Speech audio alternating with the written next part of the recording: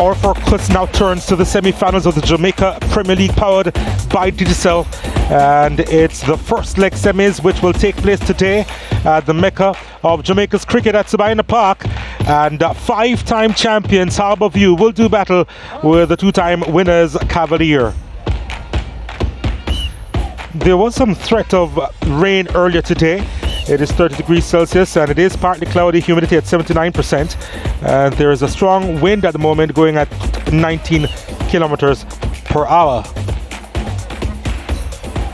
Of course, Cavalier would have shot straight through to the semi-finals, would have avoided going through the playoffs. Harbour, of course, would have had to get by Humber Line to reach this place, while Anigans, who of course topped the regular season standings, they'll be facing Mount Pleasant, who had to deny Dunbeholden on aggregate to go through.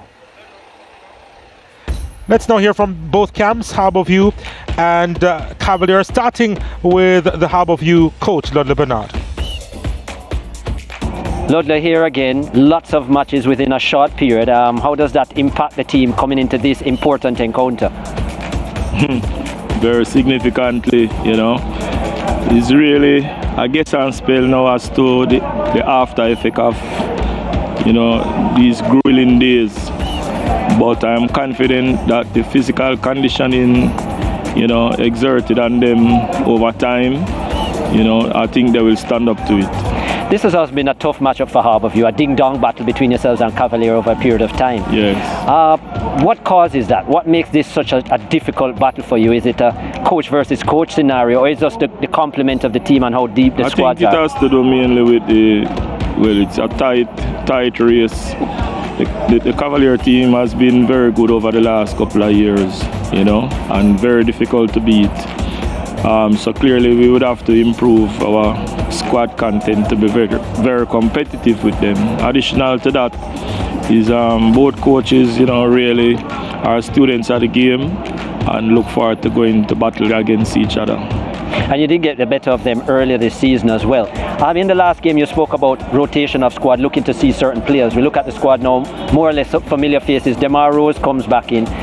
Is that to add more creativity to the middle of the park, which is somewhere where at times Harbour have struggled? Yeah, well, Demar has been a very good player for us.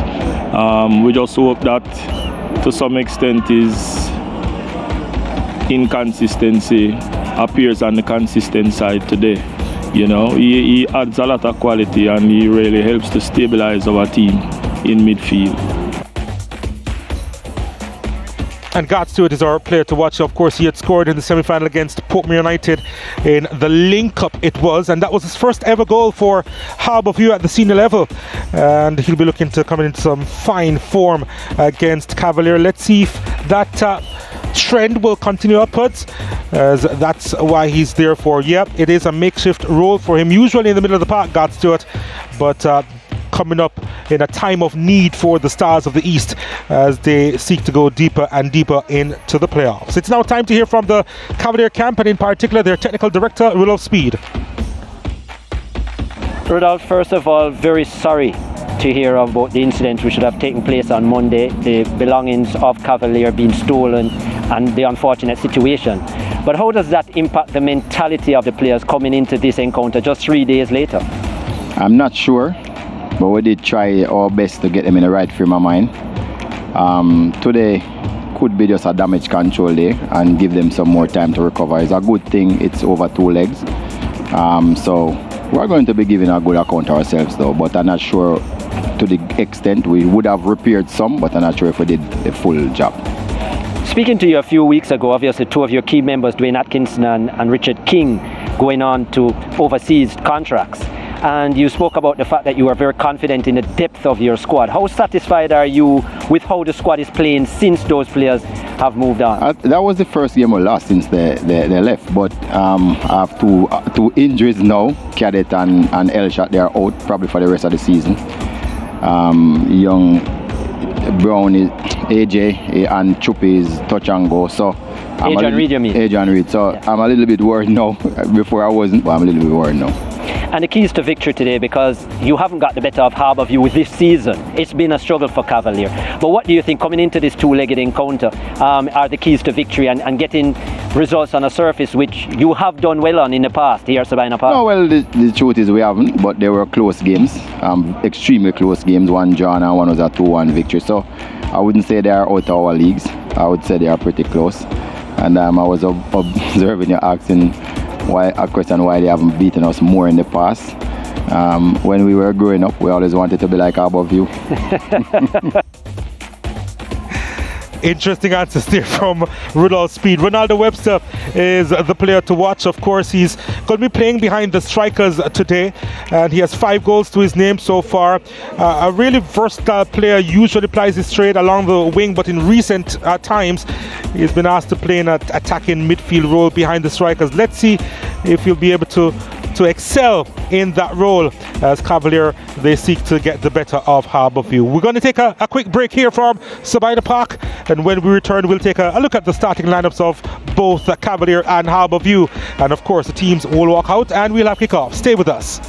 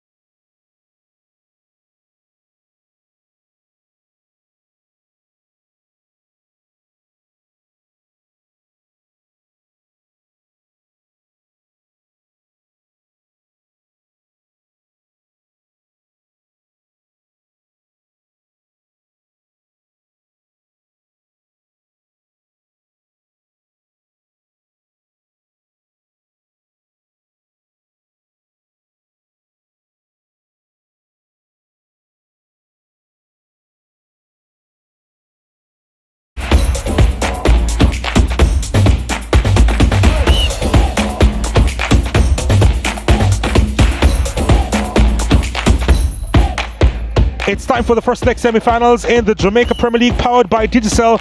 So the best 4 teams in the country will be in action. And first up on the agenda will be 5-time champions Harbourview against the 2-time winners Cavalier, right here at Sabina Park.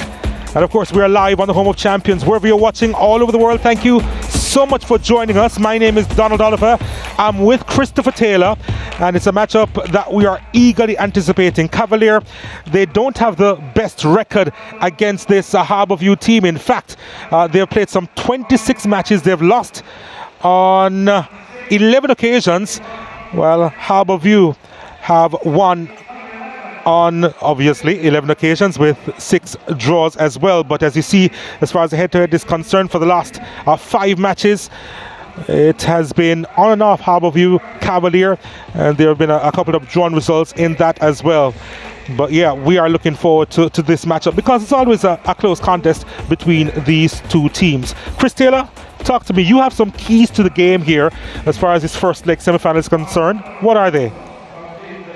Well, from a Harbourview perspective, as we see Colorado Murray looking on, he's one of the key factors as well. Been out with injury, Colorado Murray, the front man, Golden Boot winner, we remember back in 2017, 2018 when he was at Tivoli Gardens, and his recovery from injury. A big deal for Harbourview in terms of leading the line, especially with Nicholas Hamilton being out, as well as Trayvon Reed. Creativity in the middle. Timar Lewis, who played in the link-up the other day, one of the players they'll be looking at there, number 11, and Krista J. Daly, who, you know, come in, versatile player, can play in that number 10 role there, number 10, and play out wide as well as he will be doing today. The creativity in the middle for Harbourview. When they come alive is when their middle is very potent in terms of stringing the passes throughout the middle. And then the wing play. O'Shane Staple, arguably the best overlapping right back in the league. They love to go forward himself and Harding, but that is the key. How well will they recover? Because they can leave themselves exposed to the pace and trickery of Cavalier if they don't get back.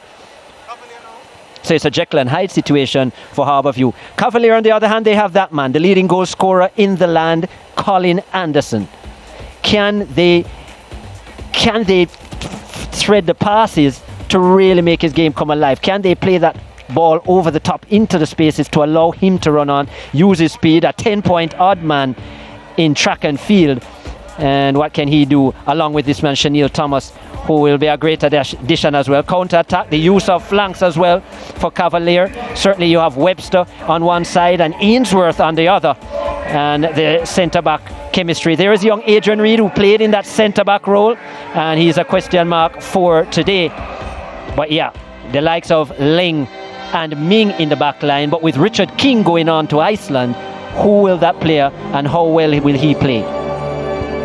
Well, that's the thing, right? The stars have to come to the fore. And for Harbourview in particular, they're looking to defend a title. And what can we say? It's in their name, the Stars of the East. But Cavalier, they have won a second stripe. Let's see what they can do against Harbourview. They have been one of the more consistent teams in the land, having finished second during the regular season, Cavalier. But Harbourview, they have been consistently there in the playoffs, and they are used.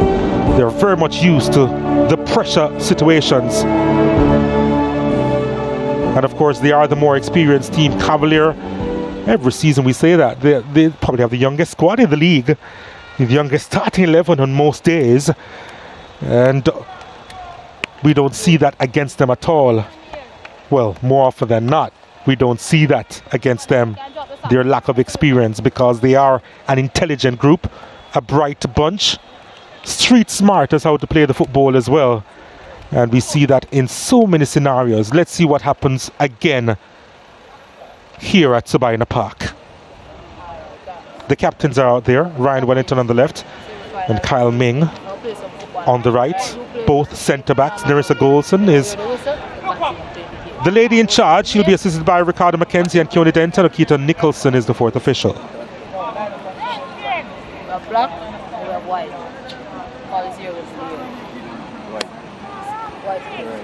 For Christopher Mason, in fact, is the fourth official. Just a correction there. Yeah, late change in terms of the fourth official, with Christopher Mason coming in, experienced official as well. I'm sure at some point we'll probably see Okita Nicholson in the second game, which will be a blockbuster as well. Well, so is this lineup. Yeah, it took the words right out of the mouth. Mario Palmer is actually back between the sticks for Harbourview. In front of him, a back four of Harding, Wellington, Talbot and Staple in the middle of the park. The strong duo of Shamari Dyer and Jashawn Anglin giving Demar Rose, the experienced Demar Rose, the roaming role. Timar Lewis on the left, Krista J. Daly, the ever dangerous number 10 on the right hand side, while Garth Stewart goes down the middle. Yeah, interesting. They've opted for Garth Stewart and not Colorado Murray up front on the bench. But yeah, Demar Rose comes in, that player who can play that creative role. 4-3-3 is what they'll play. Harbourview very surprised that they've gone for Stewart over Murray, and that talks about maybe Murray's recovery. Vina Bartlett is back between the sticks for Cavalier.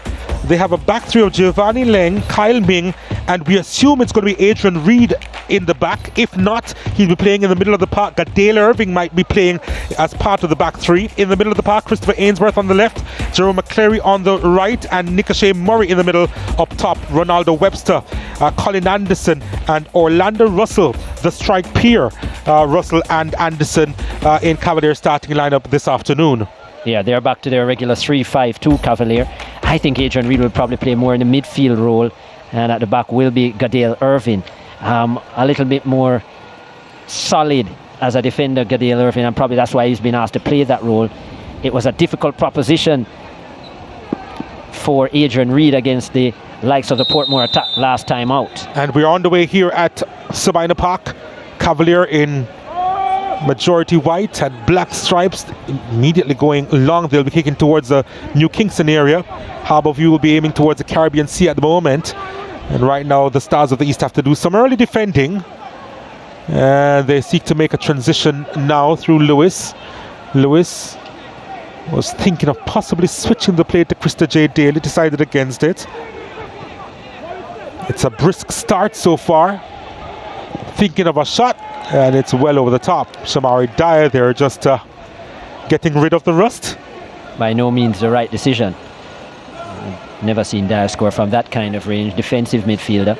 I thought he would have probably brought Dale into the play. So Dale this time asked to play in the wide area instead of in that number 10 role, just to give the width, because they have reverted to that 4-3-3 formation. So himself and Lewis will add some width.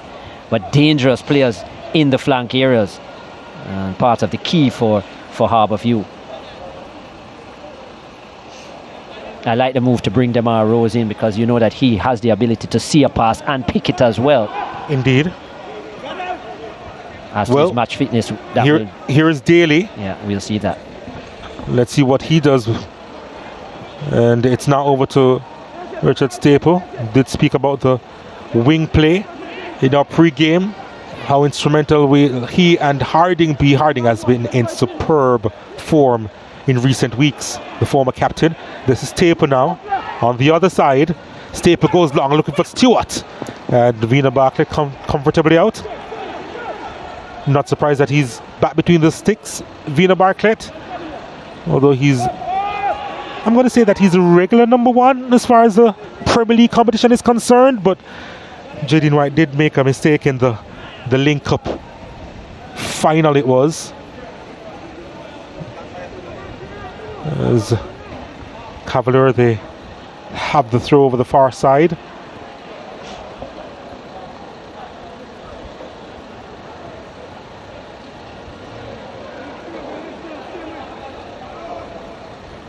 Irving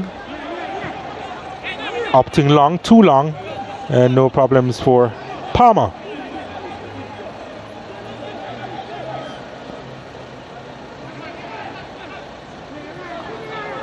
Anderson, Rob Staple, couldn't supply the pass. Oh, but they've given it up. It's Webster. Webster going further wide, swinging that one inside, but a teammate wasn't anywhere close to it, and Lewis collects. And Dyer.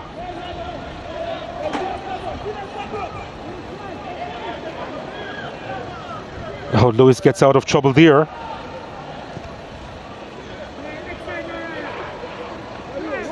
Dyer looking across and he finds Harding. Harding looking for options himself. And now Lewis manages to get across inside, and God Stewart trying to be a nuisance to Ming. Harding again.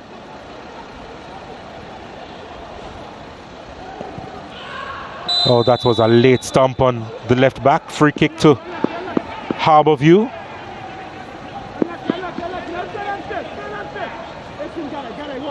Well, wasn't altogether serious. Couldn't tell by the cry though. Double touch coming in. Stewart trying to get a foot in there and couldn't. It's going to be a difficult proposition for him. Today, maybe. Rose. Daly. Yeah, I think Daly coming inside, wanting to get involved in the play more. I think that's critical from a Harbour View perspective as well. Getting Daly involved.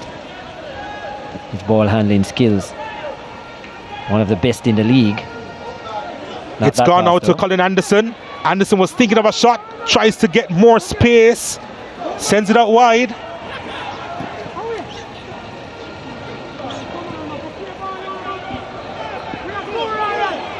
Trying to get the cross inside the area. There's a deflection and it goes behind for a corner kick.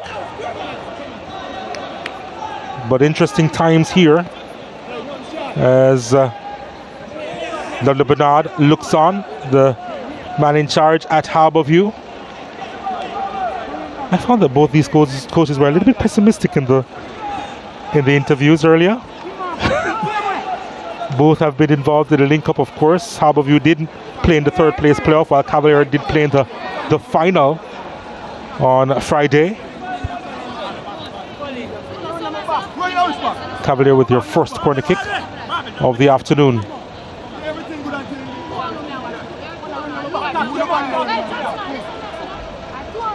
Well, there's a conversation that's being had at the near post with Harding and Anderson involved. 5 players inside the box for Cavalier. Here it comes. It's a good one. And Palmer colliding there with Webster.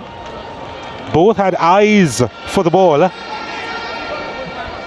I think both of them should be all right. But it was a dangerous looking ball inside nice the area. Delivery inside. And Palmer, who had an impressive game in the Link Cup, even though he ended up on the losing end of things. And maybe that's why there was a bit of pessimism. Both coaches losing.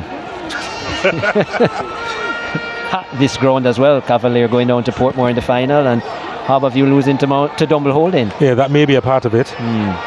Although Cavalier lost more, if you know what I mean. Yeah. Here's Stewart. Stewart from distance.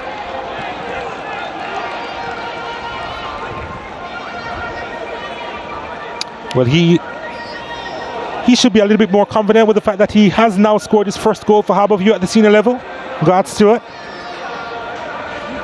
And it was a very good header it was in the Link Cup. Still yet to get off the mark in the league though. Oh yeah. Maybe that will come. He'd like to think he has 3 matches to do with it. There's with all speed. I think he has somewhere to go. Not leaving his backpack behind. Well, I now fully understand. Trying to win that header and managed to do so on Anderson. Well, he really came in like a blur, didn't he? Managed to make contact on it, and it did hit the woodwork, and it went behind for a goal kick, but that was close. Good determination here by Anderson, keeping his eye on it right through. Ainsworth getting high, and it looked like it hit off the back part of the post in the end. Back triangle. Now the outside of it at least. Can't give that man any chances. 17 goals on the season for Colin Anderson, the leading scorer in the Premier League. 5 assists to go with that as well. And what an improved man he has been year by year. Has slowed down in the latter stages of the competition, to be fair. Maybe it's because of a little bit of tiredness. 7 goals last season, but do remember that his strike partner in Dwayne Atkinson is moved on to Iceland on contract. with Richard King as well. And himself and Atkinson really had a partnership up there. Atkinson with 9 goals, 10 assists. And pity as well that Shanil Thomas is fully fit, because that's a combination that we would have liked to see. And he did find back some goal scoring form, albeit in a link-up with his brace. Yeah. In the semi-final, was it? Yeah, at the Stadium East Field. Yeah. There was a period where Russell had really started to light things up, and Rudolph Speed spoke about his energy, Orlando Russell, the number 16. 2 goals in quick succession, but then after that got a bit of a niggle and had to revert to the bench and hasn't been able to get back a start in place. And one of those goals is against Harbour View. Yeah. So he appreciates the opposition. Yeah. And I think Rudolph Speed's memory, which is somewhat like an elephant, has picked up that as well, which is probably why he's got the starting position. Russell. Usually very good energy about him. What about this man Palmer? Made very good decisions in the link-up final. Hasn't had much time at all. 25 years of age now, Palmer.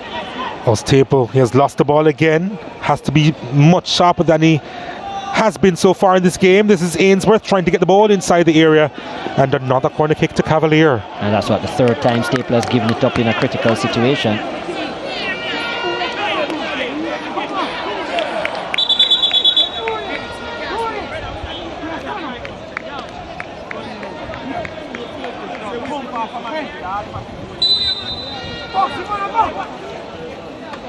Corner kick coming in.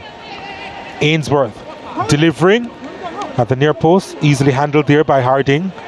And there was a push that was illegal on Shamari Dyer.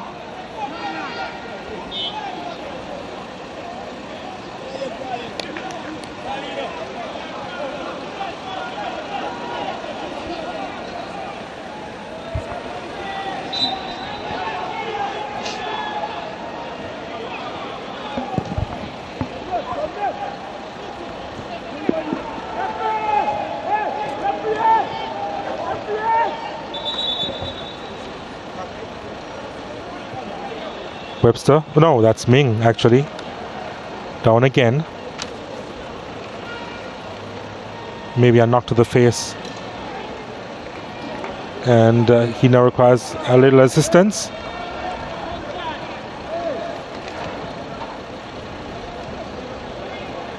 He looks a little frustrated.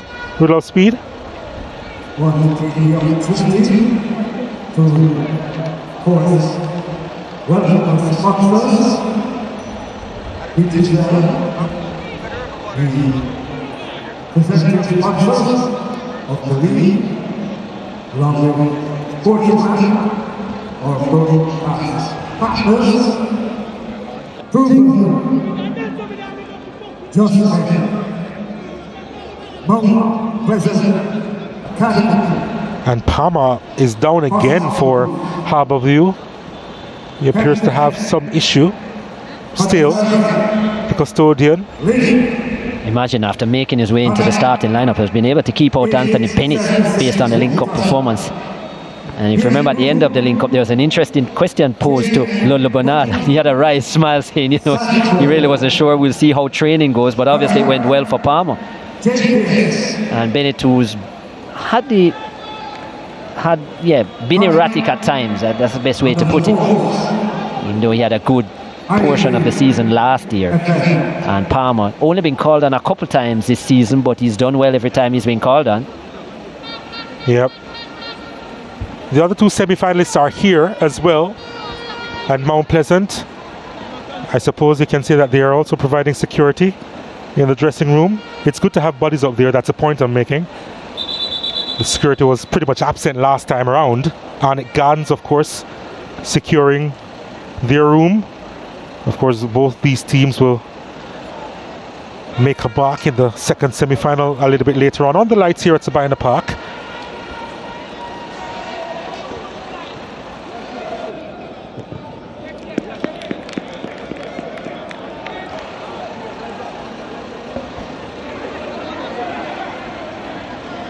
Dressing room, of course, utilised for cricketers in various forms of the sport. That was a strong challenge coming in. Shook up Irving.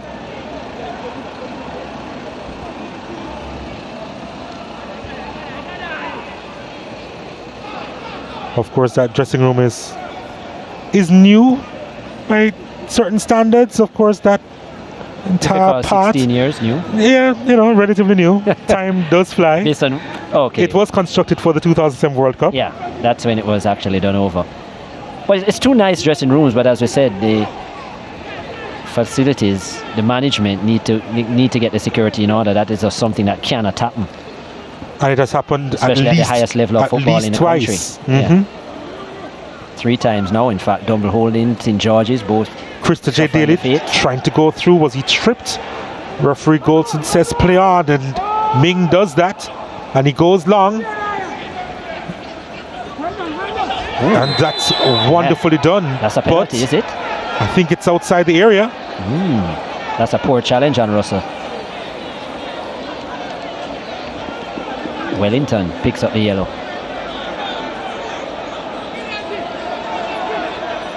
I think Colin Anderson is saying to the assistant that looked like it was inside the box. What's on the line? And that's inside the box. This is a better angle. Yeah, look at this. I think it was outside. He's inside. He is inside. The left leg is inside the box. Yeah, I think that's a penalty. Yeah, that's a penalty. Well, that will remain a secret because there is no VAR in Jamaica. So you look at that angle. That was the best angle, by the way. Great work, camera-wise. But if you look at when the left leg comes in, the head obviously has to follow, which is where Wellington's arm was making contact. And lucky to get away with that one, Harbour. The assistant was in a pretty good position. But I guess with it being so close to the line, the central referee would probably be the best one to see that.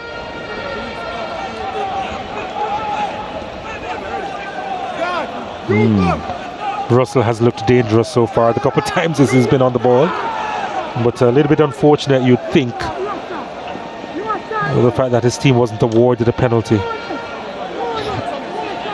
Look at how far away from the line the ball is. Oh, that's certainly wrong.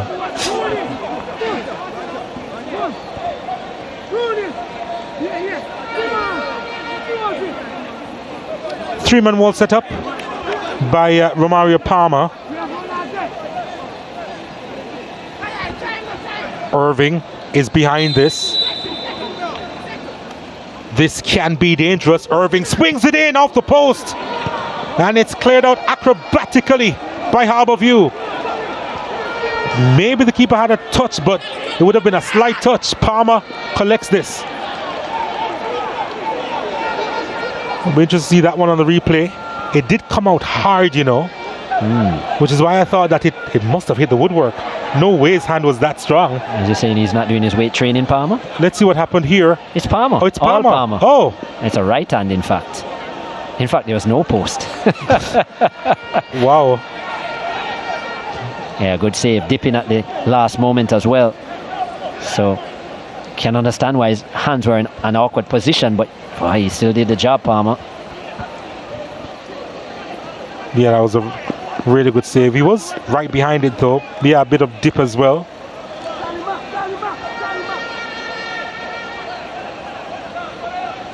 But that one from Irving was dangerous. It really was.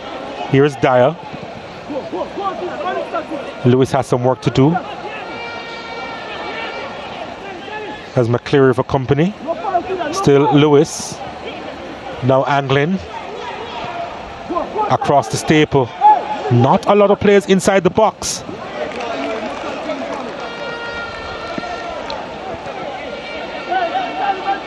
Yeah, not a lot of movement as well from Gar Stewart. I think he needs to do better than that. He needs to give those little 5-10 yard diagonal runs. Long ball or so long throw inside the box. So that the likes of Krisha Daly and Timar Lewis can pick him out.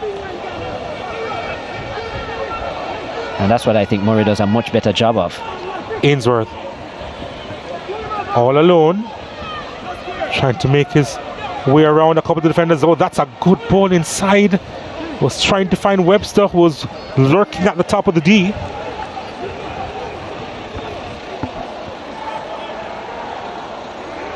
Lewis now. Stewart. Oh, does well. And tried to put it in an area of uncertainty, but a teammate wasn't following up. That's the kind of movement I need to see more from Stewart. He will get there, Russell. Anderson running inside. And Webster, did he catch that one? Pretty much. We are at a cricket venue after all. But referee Goldson was quick to blow the whistle.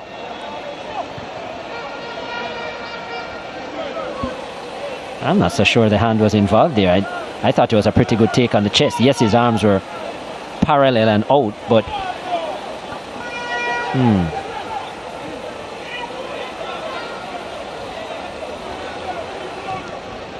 I think Anglin was trying to wake up Staple. Here is Anglin again. And Harding. Anglin. Daly. Driving run. Was he tripped? Gets up quickly. Irving deciding to go long. And Staple was in the way. Here's Rose again. Back to Staple.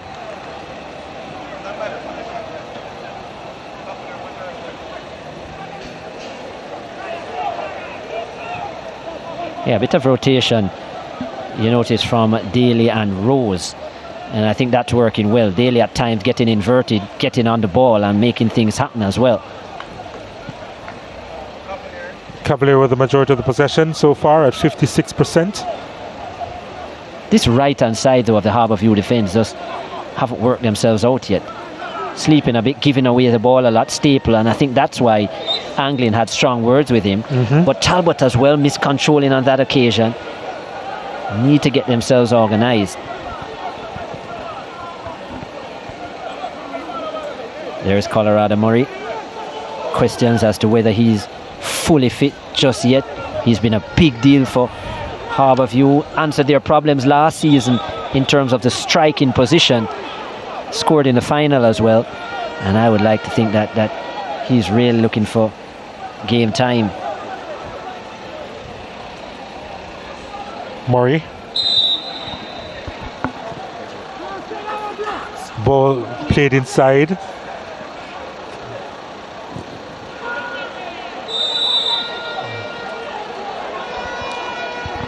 Stable was clipped. It is a groin injury as well that Murray's recovering from, and never an easy one. It's one that generally needs a lot of rest, and they just don't have that luxury at this time, so no surprise that maybe he constantly re-injures himself. Colorado Murray, that is. Anglin. I just don't think that Garth Stewart is a natural in the striking position. I've liked Garth Stewart a lot more in the middle of the park, where he uses his height. He's good on the ball, decent ball handler, but his movement not very orthodox as a forward. Yeah. Here's Tamar Lewis thinking of a shot. Driving effort, that's wide of the mark. Had a sight there. And drove that one a bit off target. Always dangerous on the left foot. Coming inside as well, Tamar Lewis, and not far away. Vino Bartlett had that covered though. Always wants to get back onto the left foot, Tamar Lewis.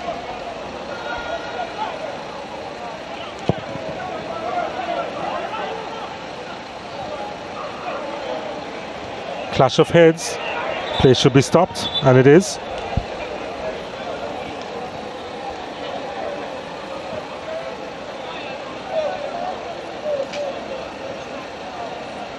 So far we haven't seen that smooth play in the middle from Cavalier.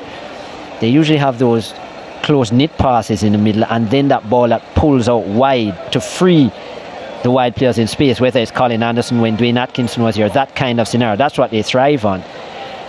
Webster and Ainsworth will be those two players in that situation with no Atkinson there. But if you notice, because it's very static, or it starts on the wing as well, Harbourview have been able to deal with that a lot easier, and hence Anderson has been easily marked. No balls into the pocket for Anderson to run onto. And Anderson, with his pace, would love to get in those kind of one-on-one situations with, say, even Wellington and Talbot. They're not the slowest either, but that's the kind of scenario you want Anderson to find himself in.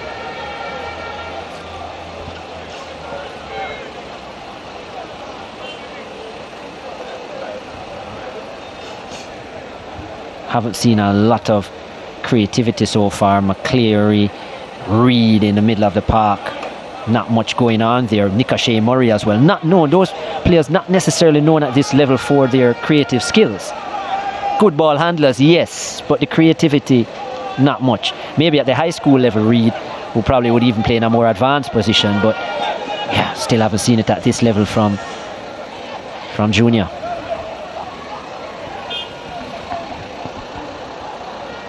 Rose.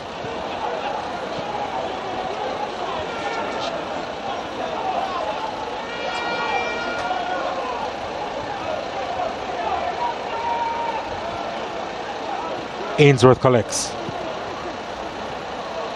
Forward pass to Colin Anderson. Ainsworth with the overlapping run.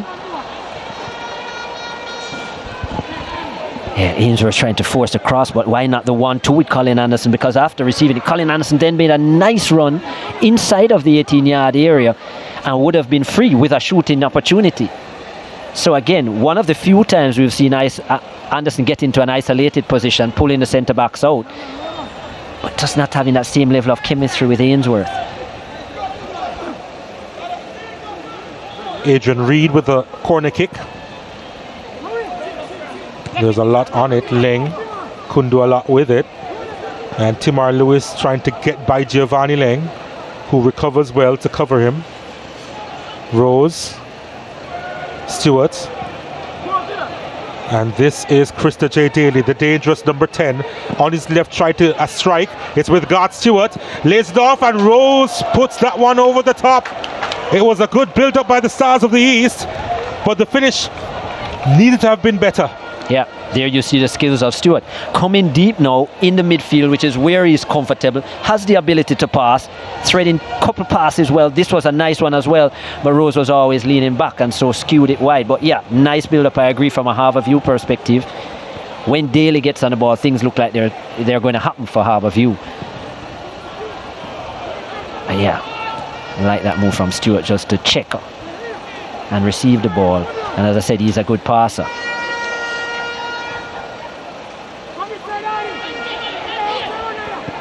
Ball played inside, looking for Anderson, who had made that run, but that's some good defending from Ajani Talbot. And Anglin will try to get his team going. Has to be careful, he has lost it. And it's Webster. Knocks it out wide to Anderson. Brain and feet weren't on the same page.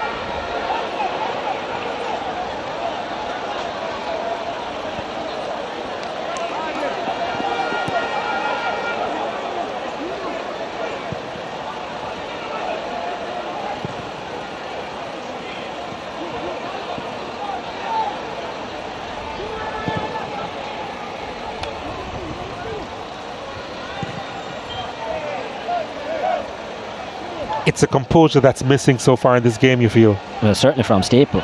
He has just not looked comfortable at all. Very surprising. Usually very good on the ball, Staple. And he does not look settled in the first half an hour of play.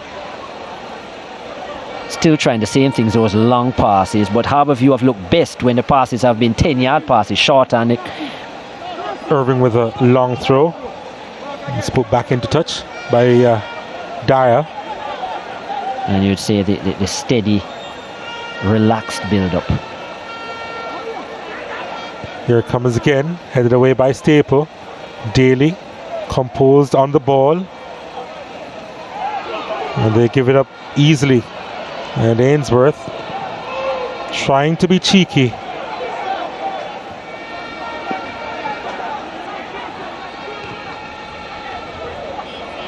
Daly. Anglin. Here's Tamar Lewis. Harding making the run. Trying to find Harding or Stewart. It's the challenge coming in. And 3 players are down. They all get up. Well, with the exception of Stewart, who probably needs some attention, but Harbourview, they keep going.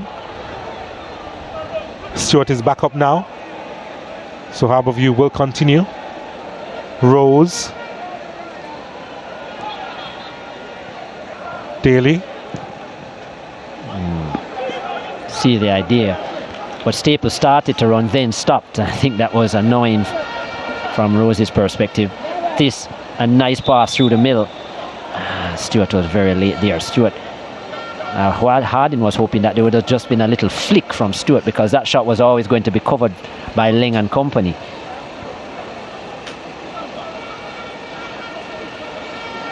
Harbourview certainly look more threatening when they come forward. They're a little bit more organised in their transition play.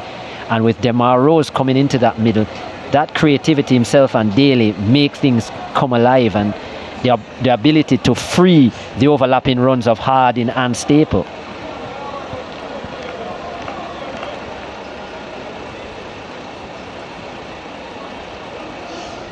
What's surprising for me though, Donald, is with the addition of Gar Stewart of recent weeks into the starting lineup, there's been no change of plan in terms of saying, well, Stewart is taller than most in the Premier League. Why have we not opted then for the dinks? Because there is a quality of pass from the wide areas as well as Daly and Lewis. Why not the dinks for Stewart to run onto and with a powerful header or so on? We just haven't seen that, and that's been a bit surprising for me. But the players out wide, they are strikers in and of themselves. We're talking about Tamar Lewis, we're talking about Krista J. Daly, who will always target the goal. Whether they are running inwards, you don't see a lot of them going to the byline and sending that cross inside. I'm not saying they necessarily need to go to the byline, but there must be a change of strategy when you bring in a player that's almost 7 foot. I mean, think of how Manchester City have changed their tactic of play with the likes of Haaland, who is a very tall forward, versus a Sergio Aguero, where you would look to play to feet more. So how have Harbourview, they have morphed their way of thinking, and I would love to see with Stewart in the lineup more of that kind of play. Good defending by Talbot. Really good defending. Yeah, agreed. Dyer will have a second opportunity here. Ainsworth gets a corner kick. Does he? No. A foul was committed. Wow. That was a late call for a foul. It was a late call. Foul, yeah.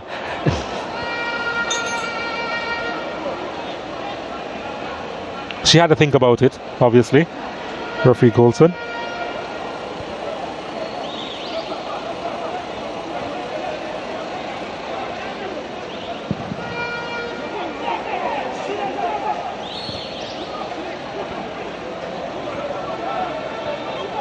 Daly.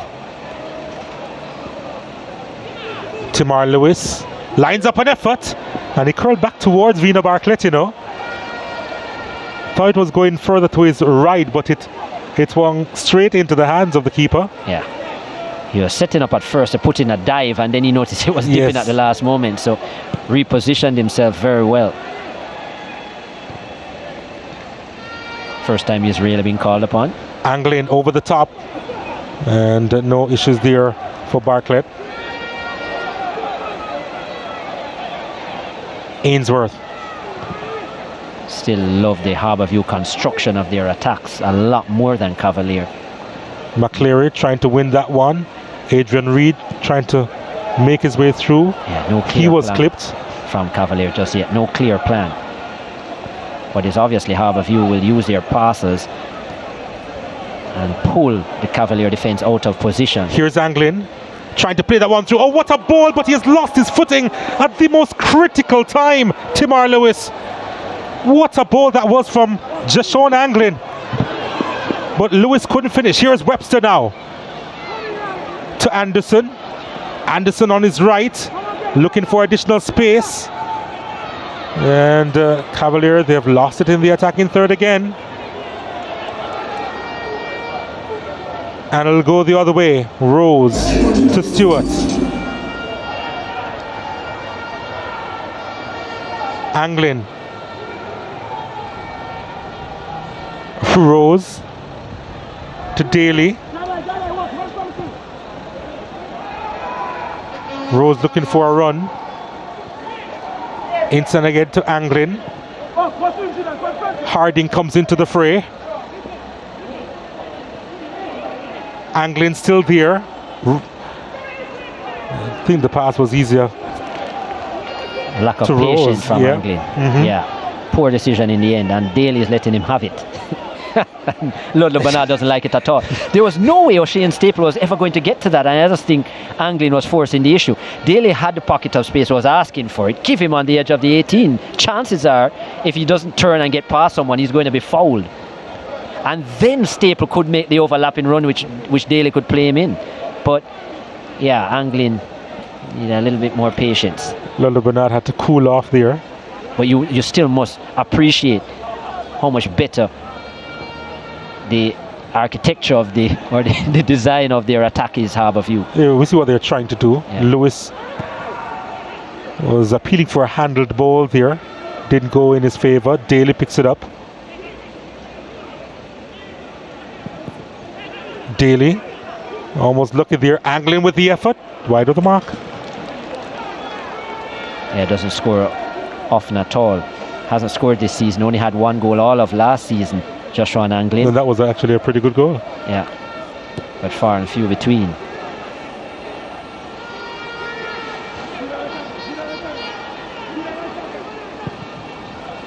Just won in over 40 matches.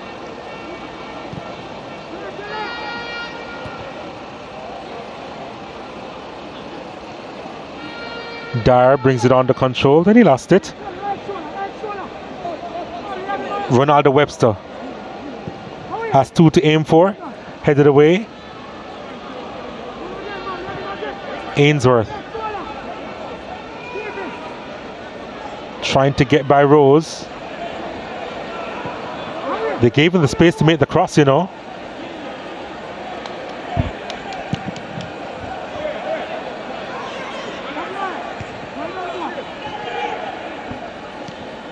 Probably because it was on his weaker side. Maybe. I was amazed at how many of those headers Stewart doesn't win. Rose, Daly with some space to work with. Tried to go himself, but he does pick up a free kick. Krista J. Daly. Very lucky. Very lucky. I thought he was trying the impossible there. Very tight space.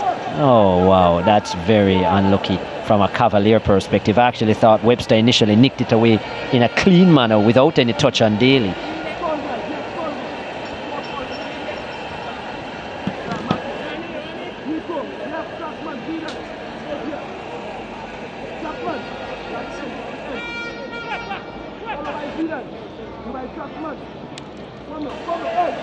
Well, the wall is being constructed by Vina Bartlett.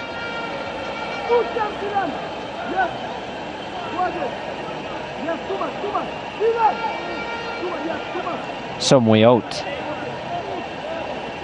I think this would be maybe a ball to the back post for Gar Stewart to run on to look at where he's positioned. Yeah. Wide. And with his aerial ability, yeah, good target. Well, Anglin is there. Daly though with the dink inside the area. Oh, what a ball that is! And Demar Rose's effort was charged down. He still has possession though. Now Lewis. Cavalier doing enough. Throw in. Just wondering if when Daly dinked it over, if Lewis just shouldn't have taken the shot right away, even though it was on his right foot, because he got a nice bounce. Took a touch and then he was obviously closed down by the defense line of Cavalier. It's going to be a long throw by O'Shane Staple. And Webster with the clearance. Good leap that was by Russell. And Webster switching the play. McCleary will get there. This is a danger for Harbour View. It is. McCleary looking for options though. Sends this one inside the area. And the option handled so far by Harbour View. What about that touch? Yeah. Good work by Stewart so far. What is he waiting on though? Probably the referee's whistle. Probably a little bit fortunate on that occasion as well.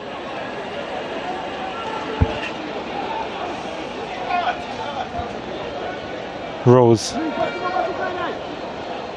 Daly. Ball played out wide to Anglin.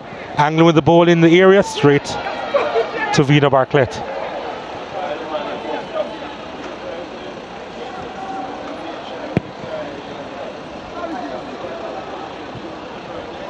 Harding.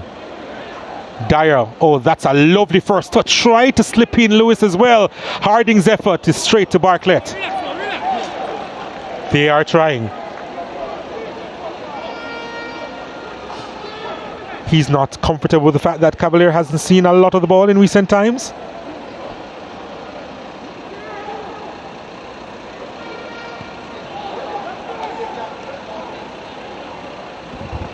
You get the impression from Rudolph Speed's perspective that the first leg is all about management. Not sure if the team mentally is back to where he wants it.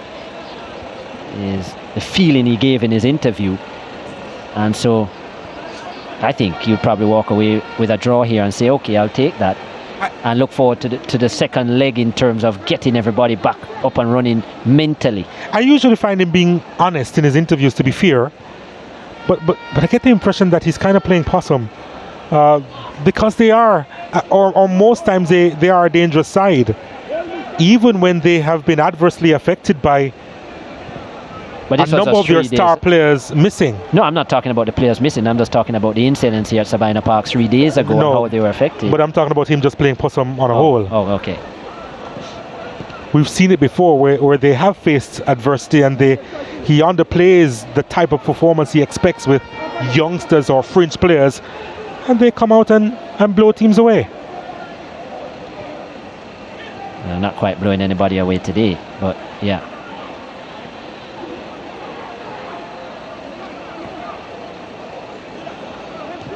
Ainsworth to Anderson again. The old-time Calabar connection.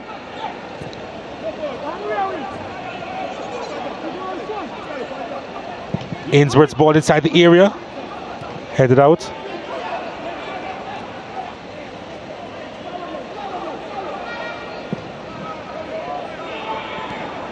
Ainsworth again. He's seen a lot of the ball, Ainsworth. Yeah, he is. He has. The best, though.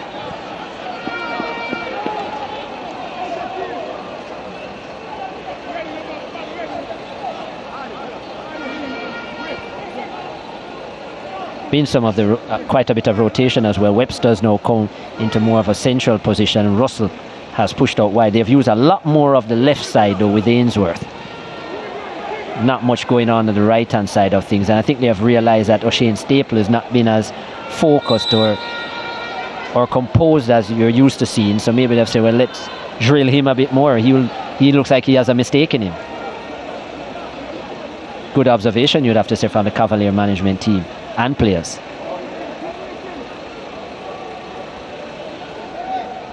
Ling. No, poor ball.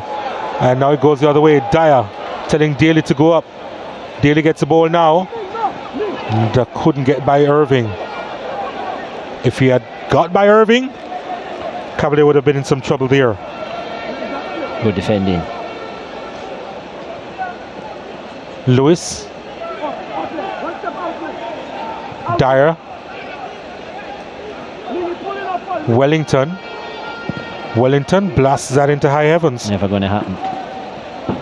3 goals on the season, Ryan Wellington, but all have been in and around the 6-yard area. And with the head. Yeah.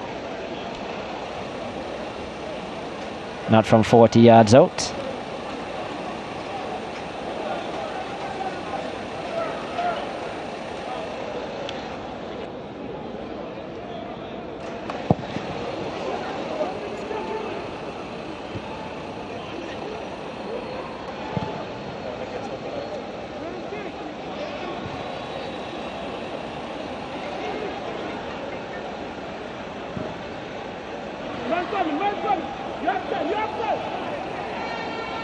will strike before the halftime interval. Russell. Lovely ball to McCleary. Sends it across to Ainsworth. No. Ainsworth. Ooh. The ball did cross the line. Oh yeah. Quite ambitious from Ainsworth. That was always going to go behind before coming back into play, but McCleary just rushing his pass. Not a lot of thought going into the Cavalier attack, and that's been their problem so far.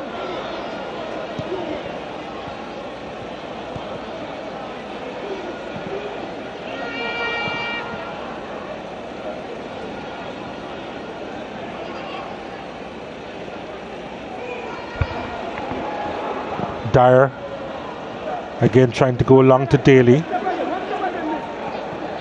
Anglin keeps it. Staple.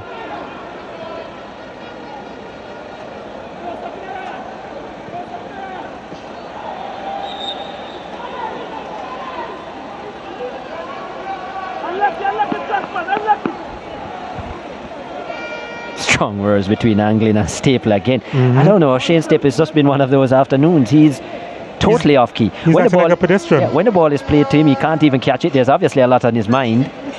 Even for the throw, they threw it to him. He didn't even realize the ball was on his way. He's just out of sorts today. I guess we're all allowed to have those kind of days. Staple with a long ball inside the area. Lewis! Well, we would normally say any touch would do. He did get the touch, but it was wide of the mark. Good throw again from Staple. Stewart unable to get onto it, and not sure he knew where he was. Timar Lewis just tried his best and wasn't far away. Just a couple of minutes of stoppages.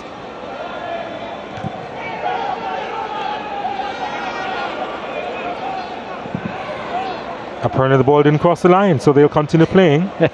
Webster. Ainsworth thought it was out of play. Interesting. Without Speed asked him what is he doing. Here's Webster. Webster inside Anderson. Oh! He was a little bit off balance, I think. And was stretching for it in the end. Didn't make much contact.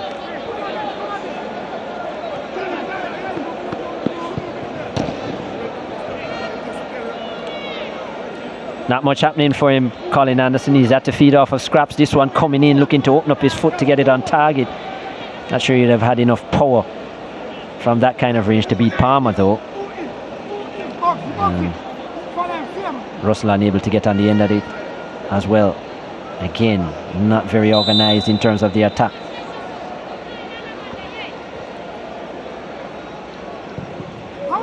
Corner kick coming in. Leng couldn't quite put power behind it. And that should be that for the first half. Yep. It's been pedestrian. And we reckon that would have been the case. Both these teams would have played on Friday in the Link Cup. Harbour View in the third place playoff, which they lost. Cavalier in the final, which they lost. And there have been quite a few opportunities so far in this game. And both teams just a little bit lackadaisical. Let's see what happens in the second half. But after 45 minutes, we're yet to see a goal in this one. 0-0.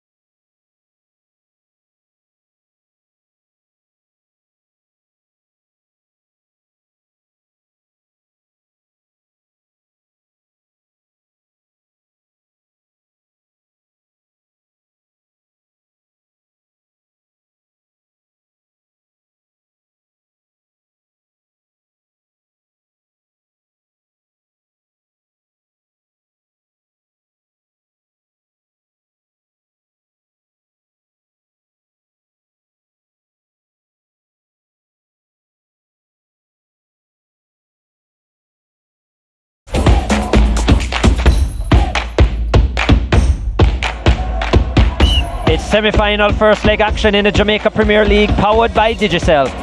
After 45 minutes, the defending champions Harbour 0, 2021 champions Cavalier 0.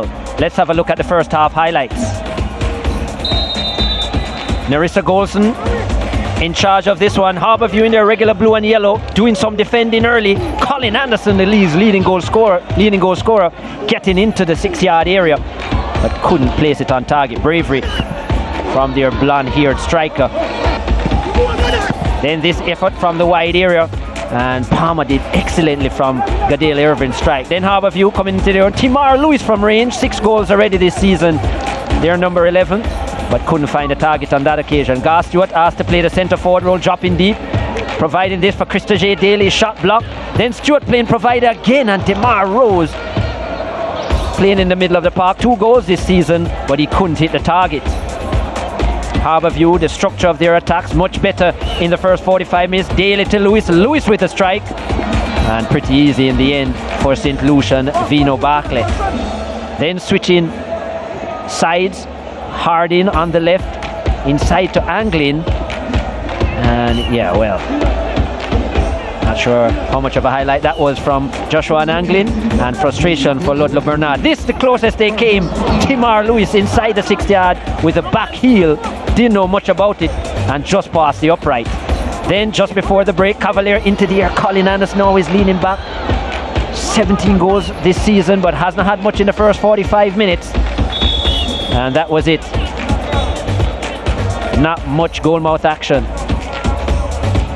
The statistics look like this. Just 1 shot on target from Cavaliers' 8 attempts. Harbour they have been a bit better. 3 on target from 11 attempts. There have been 12 fouls and just 1 yellow card shown by Nerissa Golson. 3 saves as well by Vino Barclay between the sticks. Cavalier have majority of the possession, but no goals after 45 minutes in this first leg of semi-final 1.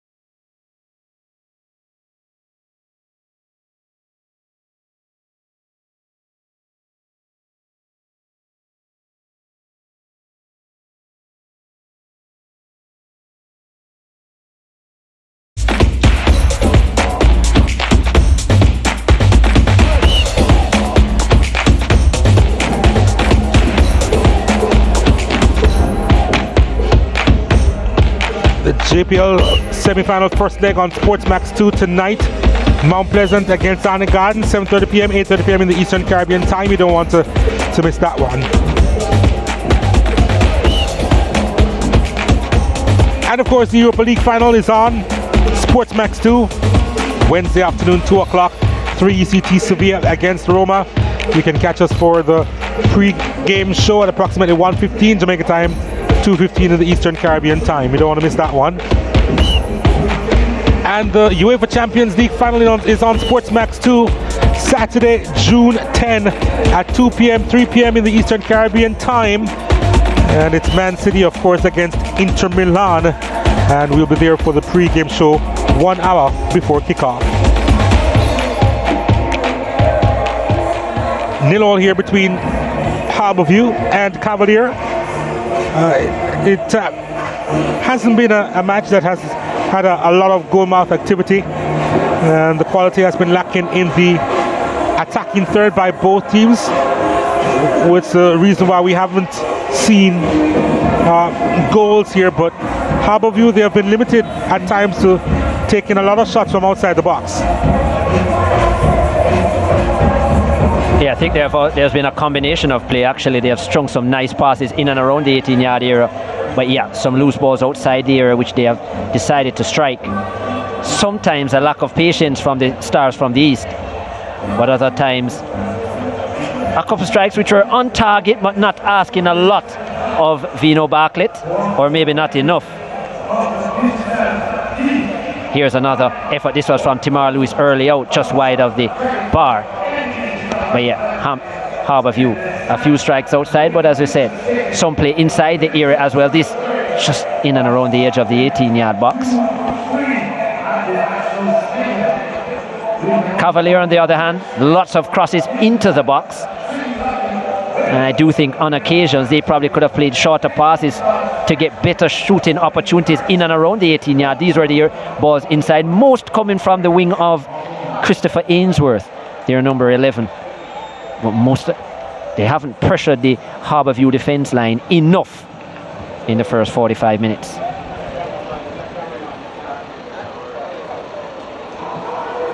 Well, the second half is now underway here at Sabina Park, and Harbour View will be kicking towards the new Kingston area, while Cavalier in white will be going towards the Caribbean Sea and downtown Kingston.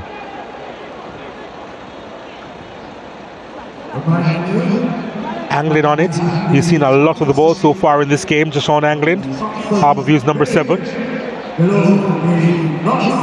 Across to Demar Rose. Rose plays it inside. Lewis couldn't quite capture it. It was a bit away from him though. Cavalier doing enough to clear. Kept in play by Harding. Through to Daly. Lewis with the run, trying to get the ball inside the area, and Cavalier will watch that go out in the touch.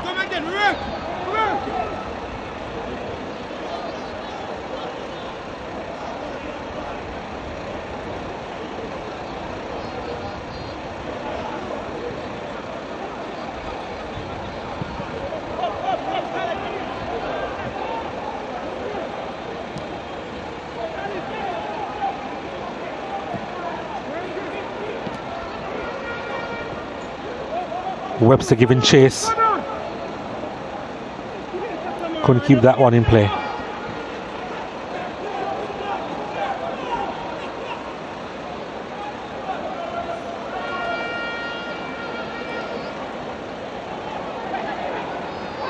McCleary won it illegally.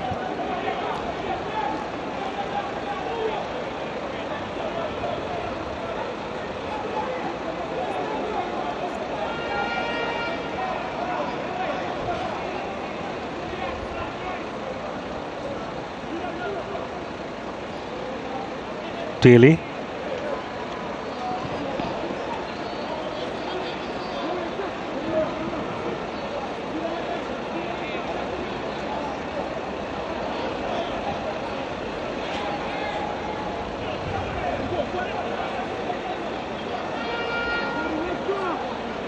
Irving. Ainsworth. Ainsworth looking for Anderson.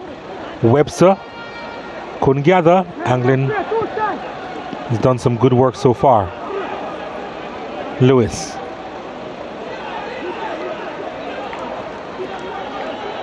Anglin.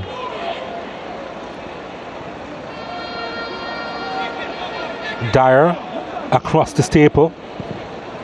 Staple's ball looking for Stewart, too much on it. Stewart slipped there, I think.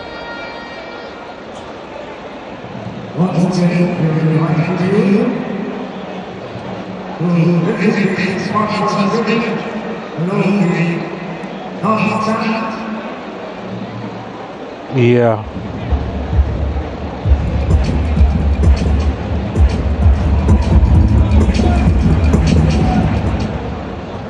He's good now.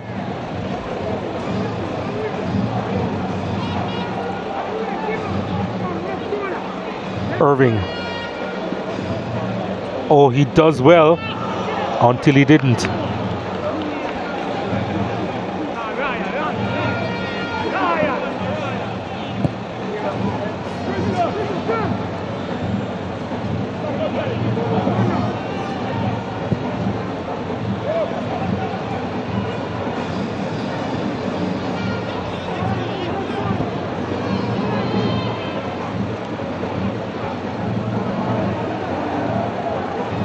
Anglin has been playing with real purpose so far in this game. Rose tucks it inside to Krista J. Daly.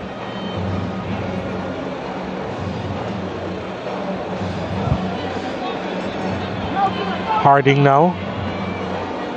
Odell Harding. Back to Daly.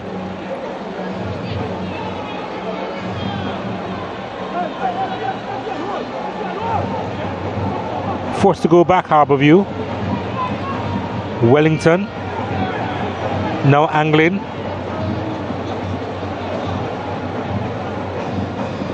Tamar Rose.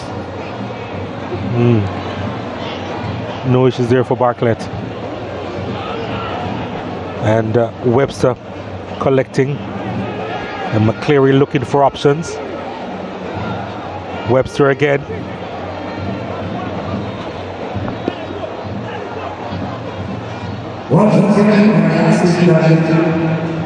Ainsworth.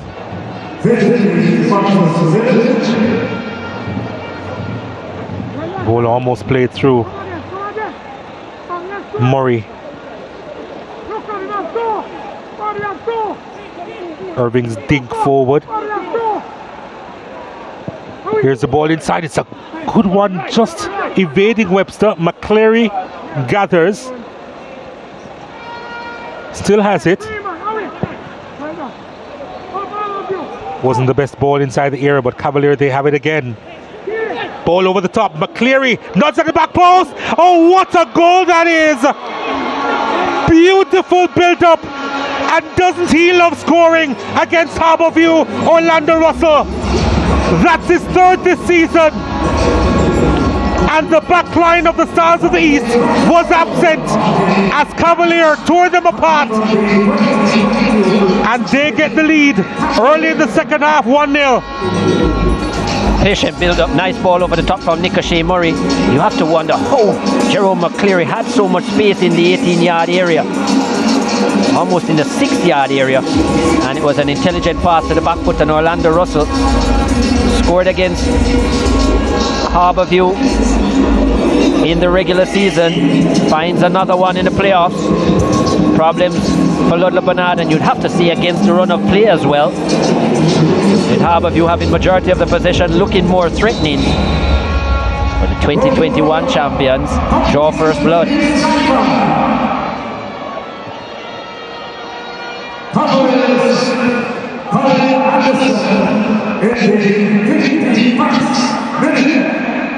Well,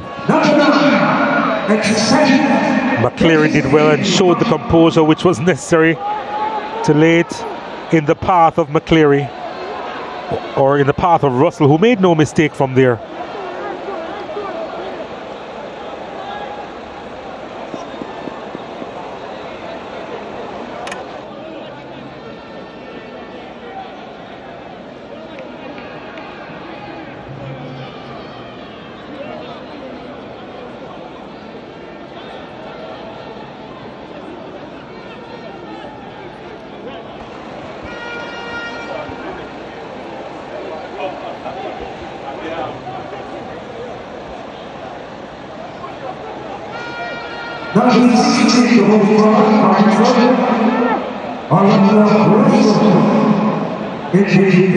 Well, how will Harbourview respond? Stewart sends it long, looking for Lewis.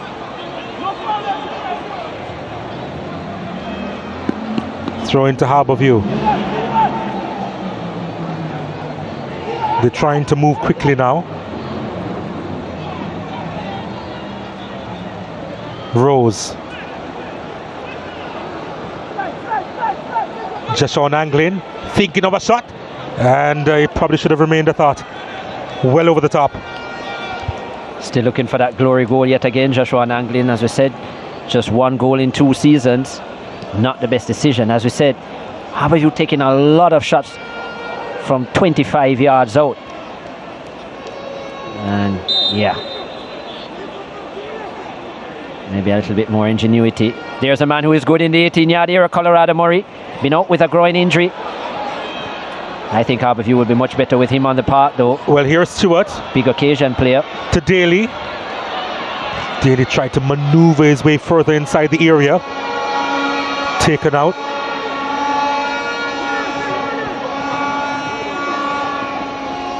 Anderson will do well not to foul. Clearance made by Talbot.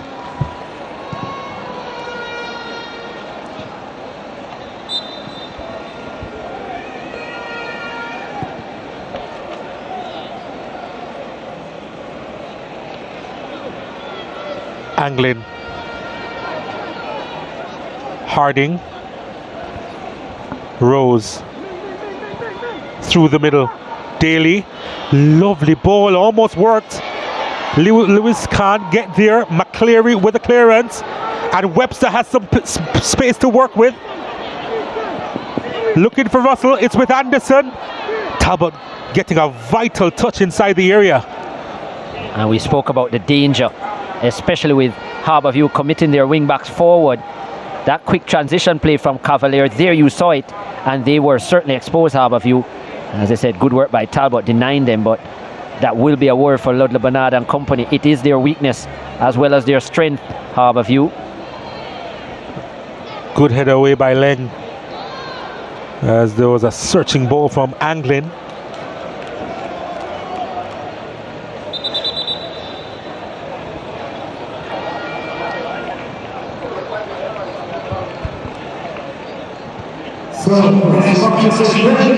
Yep, Talbot getting a touch there away from Anderson.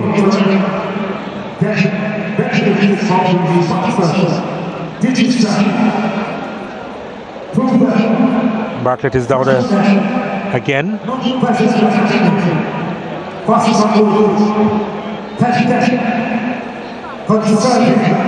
All part of the game management.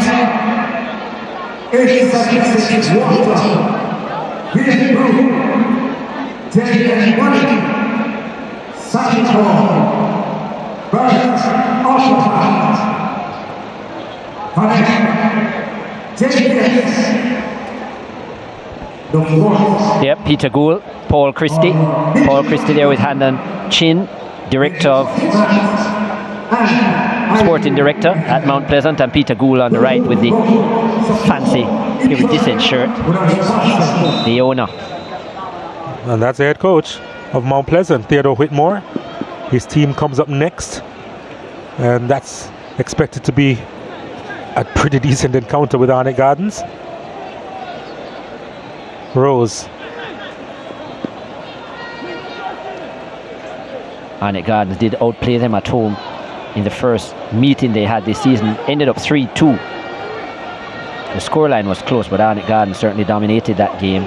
Anglin striding forward, trying to make his way through, unsuccessful.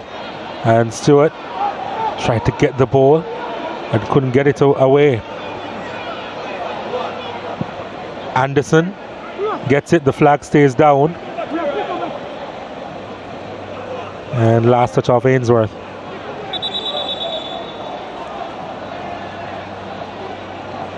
Colorado Murray will make an entrance, so too J. Smith. As Harbourview, they'll try something different.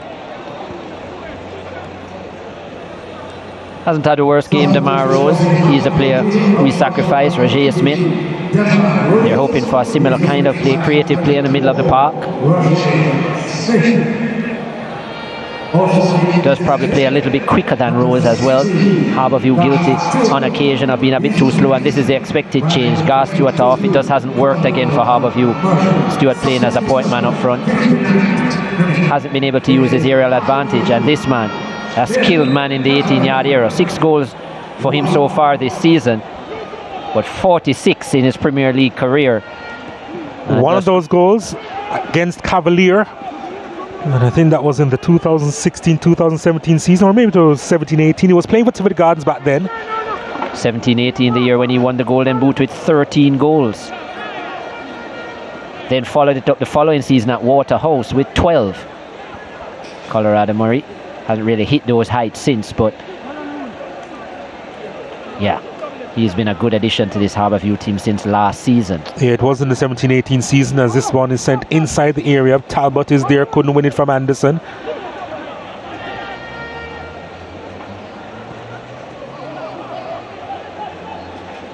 Ming.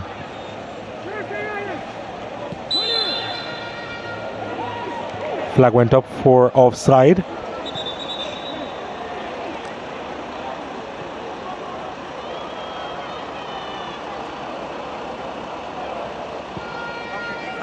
Dwayne Allen is making his way onto the field of play for Nicashay Murray.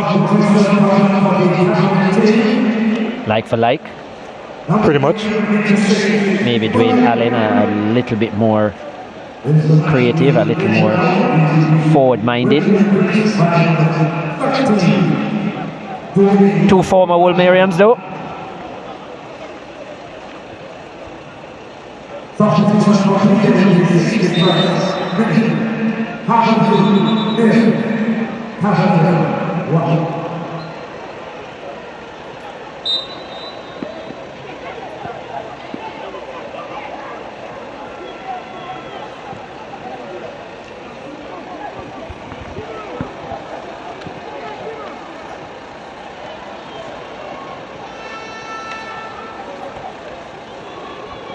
McCleary lost it to Lewis. Was there a handle ball there? Referee says play on, and they do.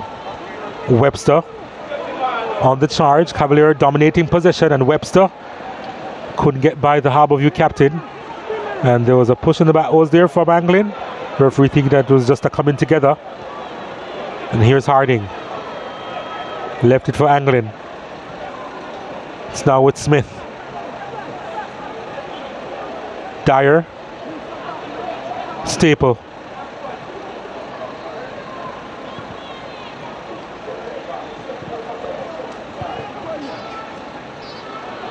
Daly on his left. Daly!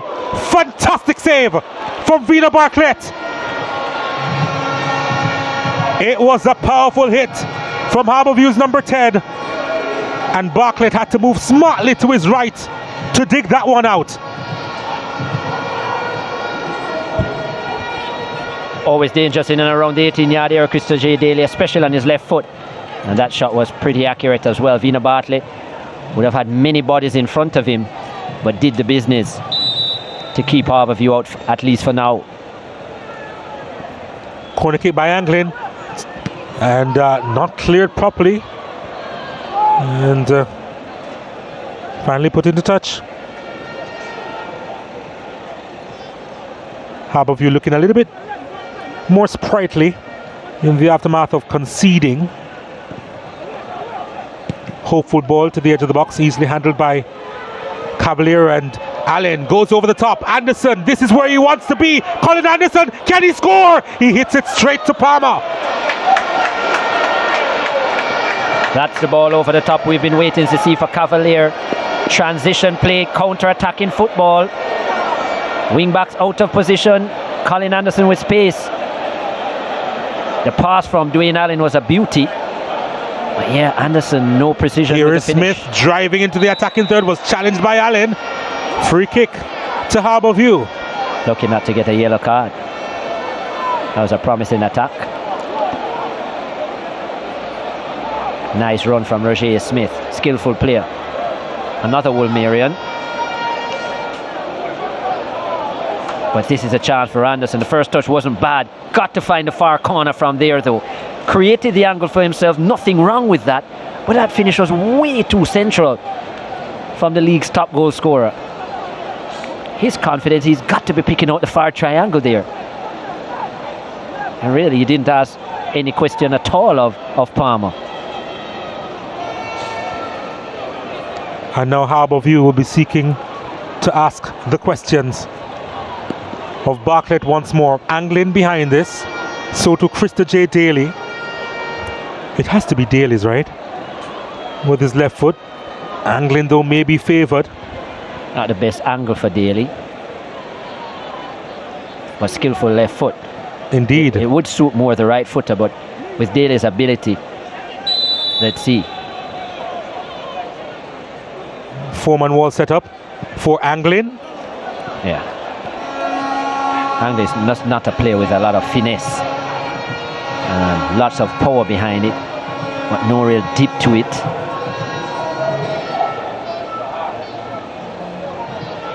And always going over.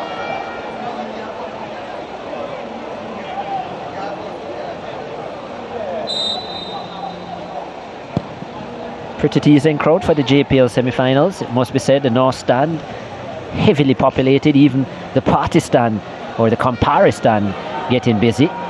Yeah, and I can tell that most of the supporters from Arnett Gardens. For the Campari, well, it's their colours. In the North Stand as well. Here is Ainsworth, does well, puts a ball in, and Anderson slipped at the wrong time for Cavalier. Here's McCleary. Reed making that run, doesn't get it from McCleary, who hastily puts it just outside the area, and Ainsworth will have it. Ainsworth manufacturing across at the back post, safety first. Timar Lewis back there, nodding it behind, corner kick to Cavalier. And there they are in the Campari Party Stand. Just $500 Jamaican dollars entry.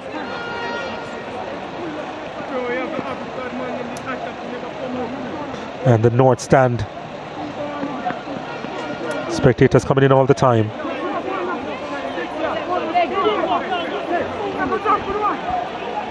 And I suppose when the second leg is played on a Sunday, even more people will come a little bit earlier. No work for them. Here's a corner kick at the near post. Work for you, though. Well, here, and I suppose that's the point. Needs a better delivery, Ainsworth. Got to get it past that first defender. Still can't.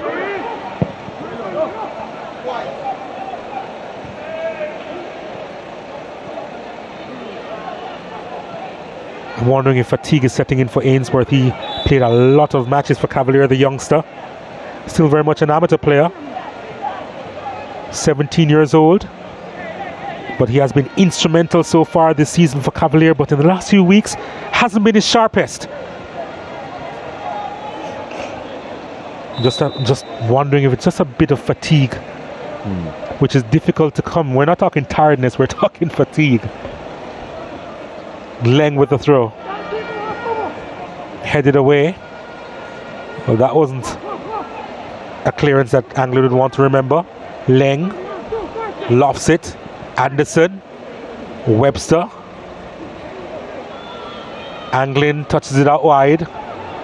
Dyer. Daly. Referee says play on, and they do. Couldn't quite thread the needle there, Colorado Murray. Smith. Roger Smith. Murray. Lewis. Smith. Over the top. Not a bad build-up either. Colorado Murray and Roger Smith, the two substitutes, getting involved. Like Smith's energy since coming on, but that shot wasn't good enough. Would have good memories here, Roger Smith. Wolmer's did win the Champions Cup some years ago, the only time they won that schoolboy title. Smith was a part of it.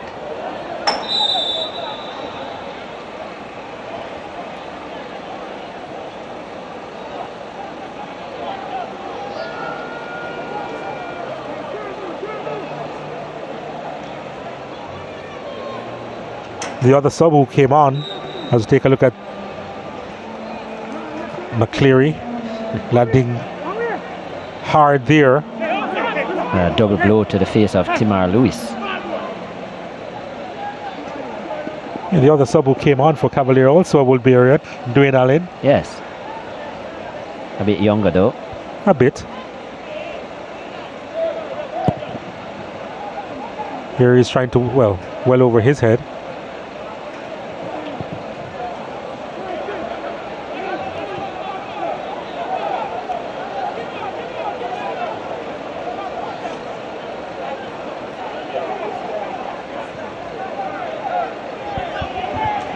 Anglin.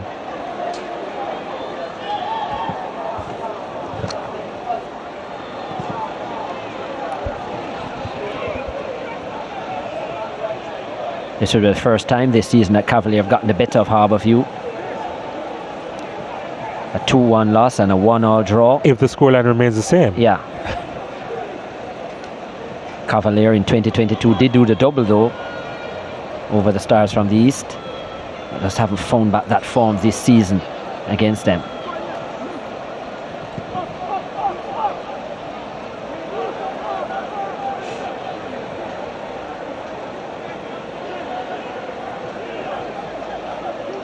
Lewis.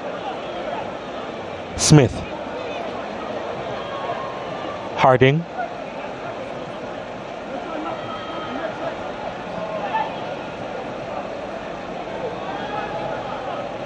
Anderson fouled by Dyer.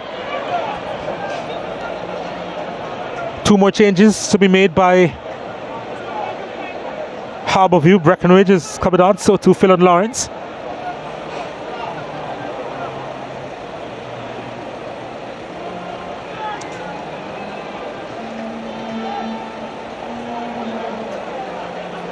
Well, the Breckenridge change is pretty interesting. It looks as O'Shane Stapley is a player who's going to come off. Well, he certainly hasn't had the best game by any means.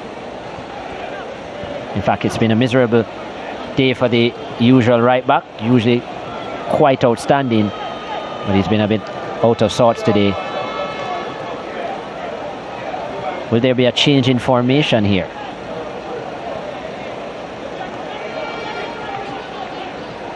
Will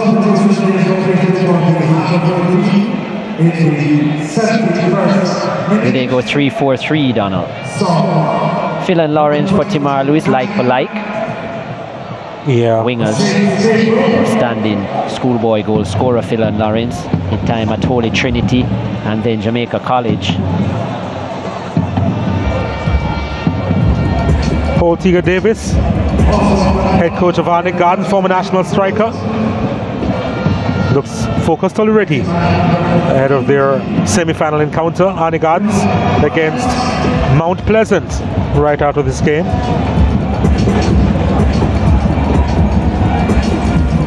Does know a thing or two about goal scoring. Yeah, was the leading scorer for Jamaica at one stage.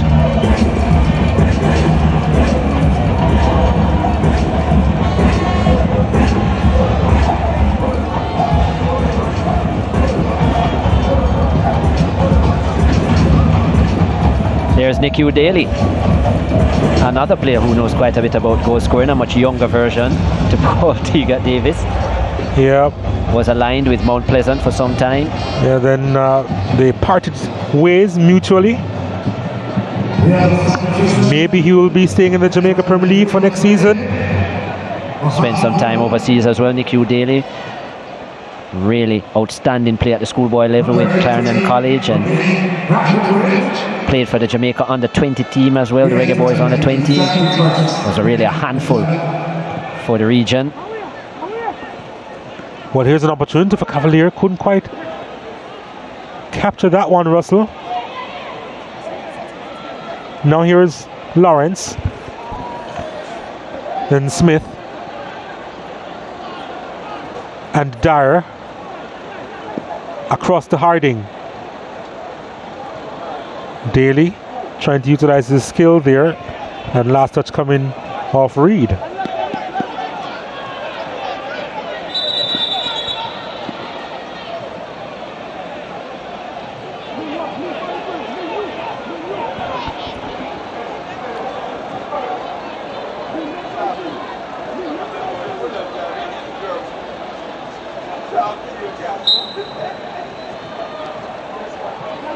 Anglin. Now Harding swinging that one inside, and Murray just a little bit too high for him on that occasion.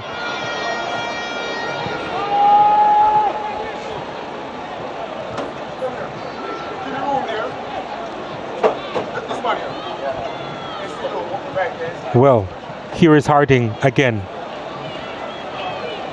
Making a run inside, Harding, but then he lost possession.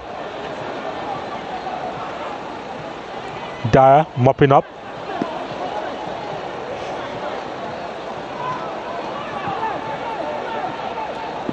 Breckenridge. Smith. Still think it's just too Angling. slow from Harbour View. And it's Cavalier trying to do some defending. Smith lost it in a promising area. Irving has it for Cavalier, and he had one thing on his mind.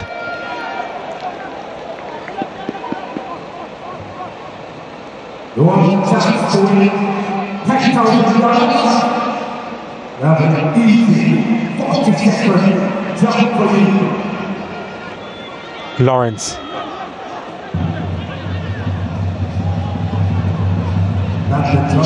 Angling to Daly. Daly has lost it. And Russell finds Allen. And now Ainsworth.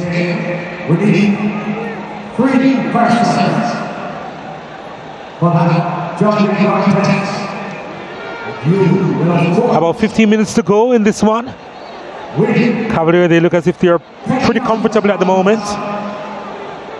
First of two legs in this semi-final of the Jamaica Premier League, and Ainsworth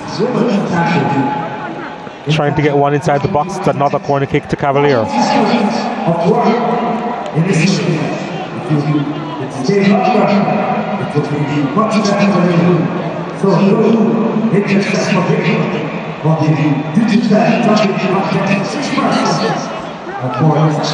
Cavalier, they'd love a second goal here.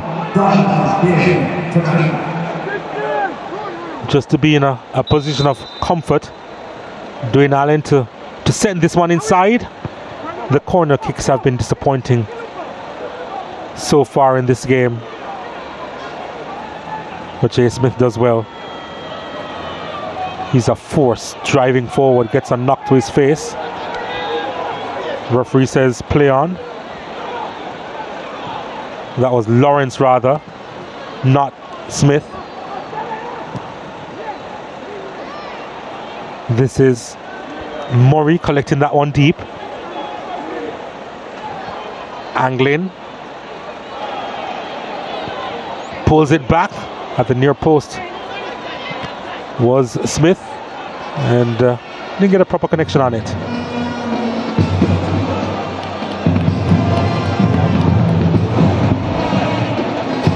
Yeah, Cavalier have done pretty well defensively, which is what has forced Harbour View at times to kick from outside. I think Harbour View also building up a little bit too slow, but give Cavalier credit. There were concerns over that third centre-back to join Ling and Ming. It's been Gadale Irvin, and he's been solid. Adrian Reed before him was also in the link-up. A pretty safe choice in the link-up. Yeah, but I thought strength-wise, in terms of body, he struggled against Portmore. Here he is, Reed. He's been asked to play more of a midfield role today, and I think that suits him a bit better. Ainsworth tried to get the cross inside the area.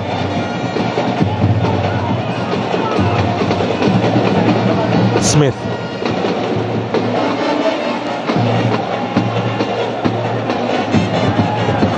Daly had no idea that the ball was coming towards him. Yeah, and look how deep Colorado Murray has had to come, and he's hampered as well. He's not moving very well, Colorado Murray. There he's telling the rest of his teammates to go. He's struggling, Murray. Oh dear. Spoke about that groin injury, and now we're seeing why he wasn't able to start. Doesn't look good. Maybe Ludlow Bernard will be saying, look, don't do too much work, just stay in that 18-yard area and try and find one for us.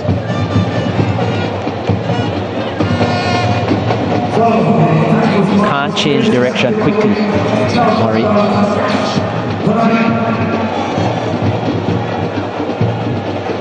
Yeah, obviously not close to 100%. Not remotely close.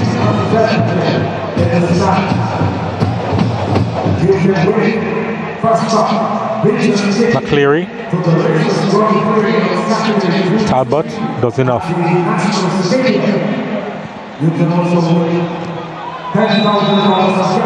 Strong challenge coming in.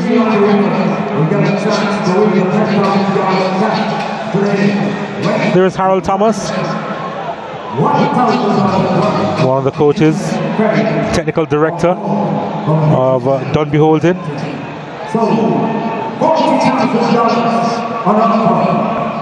Came third in the Link Cup. The All Ireland knockout. Defeated Harbour View by a goal to nil. Daly now, and the intention was good. Yeah, Harding applauds the pass. He was caught on his heels, Odalyn Harding. Yeah. Cavalier to make a couple changes too. Shaniel Thomas replaces Orlando Russell, the goal scorer, the difference maker, Orlando Russell.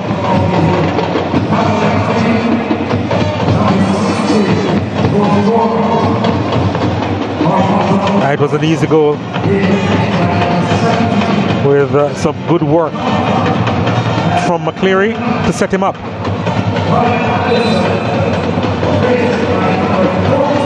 And Shaniel Thomas, who's in some good goal scoring form from the knockout competition, is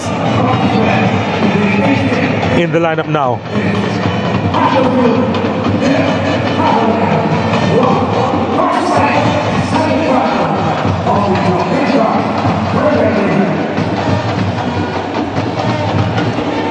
Omaria Henry, the other substitute gone on, this teenager, number 14.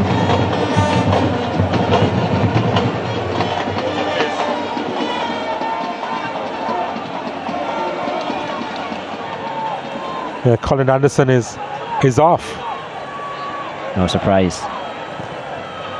Daly goes goalwards and no issues there for Bartlett. I think he was looking for a pass to the back post, hoping that Phil and Lawrence would have been running in, but a little bit too close for him.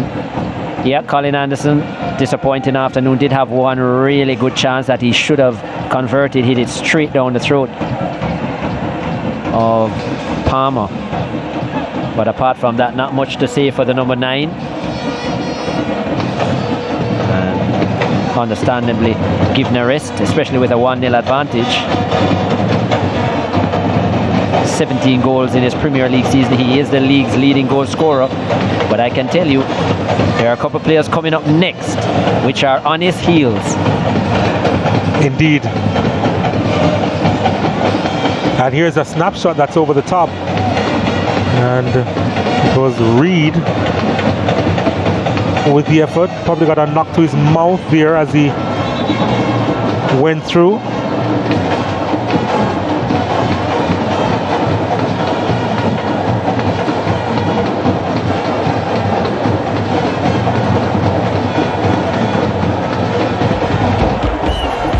As they got the SportsMax at moment of the game, and it was a lovely dink inside the box of McCleary, just helped on for Russell.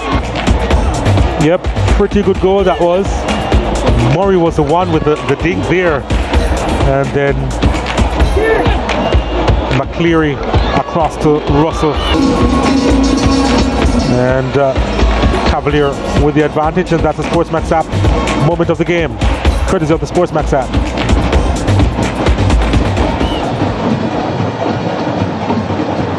Lawrence.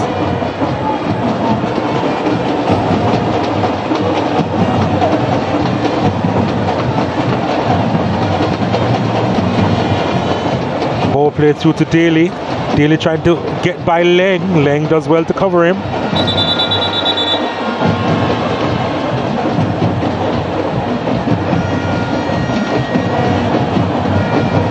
Well, the yellow card is showed to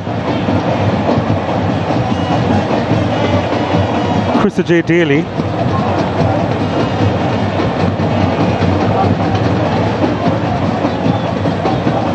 for that lash out there in the end.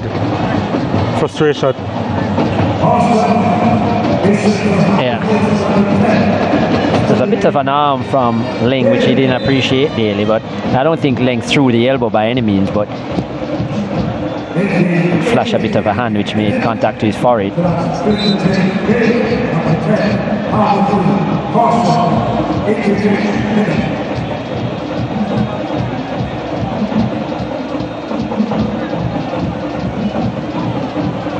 Reed, Ainsworth, Shaniel Thomas.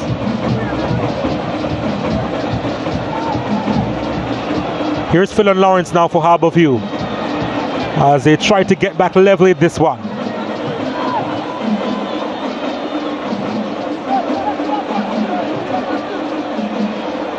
Lawrence can't get by Irving.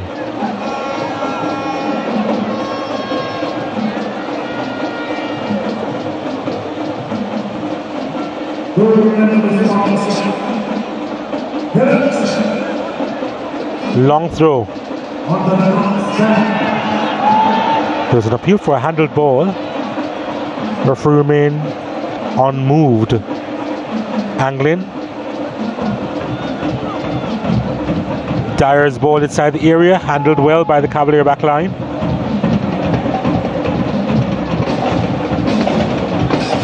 Angling again. Harding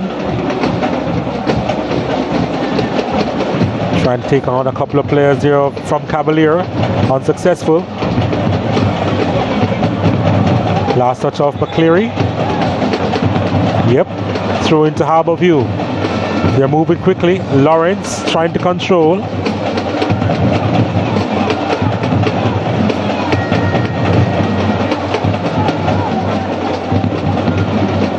Just too slow from Harbour View though.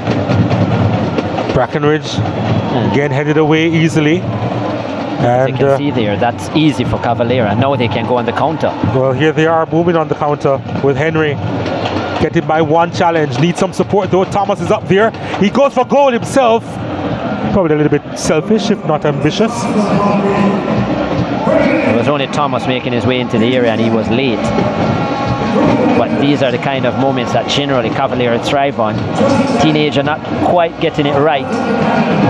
Yeah, well over the top in the end. But Harbour View, when they're attacking, they just need to increase the intensity, the pace of their attack. They're allowing the Cavalier defenders to regroup well, get into perfect positions, instead of using those that added pace in the flank areas. Phil and Lawrence just coming on, slowing up the play way too much. Lawrence on it. Not sure what the intention was there.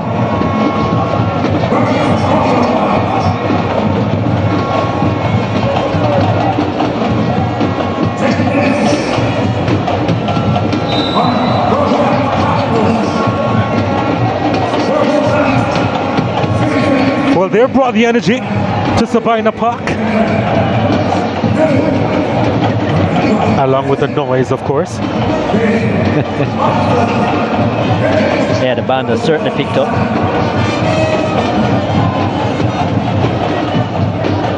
Took a while for them to get all energized. I'm sure they're helping the spectators to feel it more.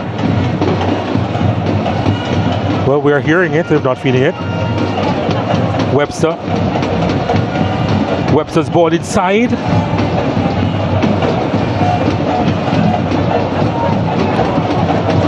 That's going to be a throw in.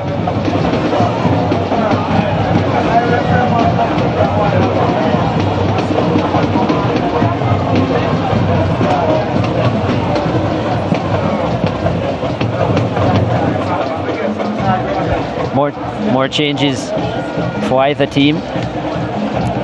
Keani Jackson, another teenager. It is Keani Jackson. For Cavalier.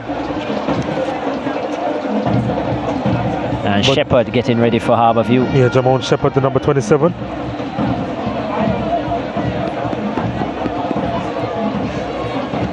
Who's your man of the match? Is it the goal scorer? Is it that easy? I don't think it's that easy, but yeah, he is the difference maker. quite frankly, he might have had to leave the club had he missed from there. But I think some appreciation must also go to the back line of Cavalier and how they've defended. They've forced Harbourview to take a lot of shots from outside the area, as we saw after the half-time interval. And I think especially with a change back line, Gadale Irving coming into that line, but Ming, how he's marshaled his troops there has been excellent as well, to lead from the back line and deny Harbourview 18-yard opportunities. Thomas, well, he did find Henry with a plum, didn't he? Henry did well to gather that one. Couldn't get by the Harbourview captain though, and the former captain picks it up. We're expecting 4 minutes of stoppages. Here's Shepherd. Lawrence giving chase. Can he get there? No. Ainsworth covers it. He's put in a good shift as well, Ainsworth, but so start at times his passing needed to be a little bit better. Now Keanu Jackson is getting ready to come on for Cavalier. Oh, not quite.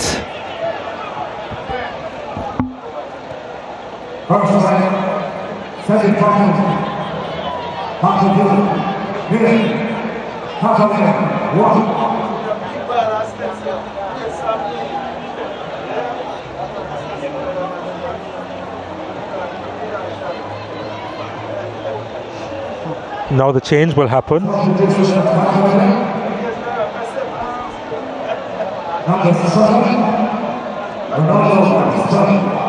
Oh, Webster is the one who's coming off.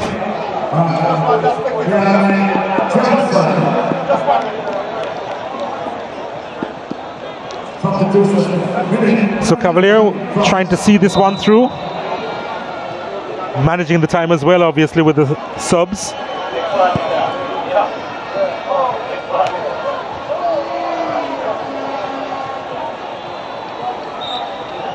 Well, he caught it before the whistle went. He was anticipating a call. Dyer. And then just wastes it.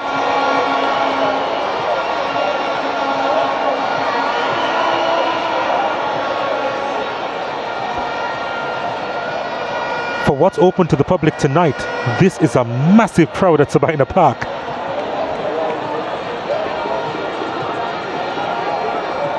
Henry. Tried to get Chanel Thomas involved.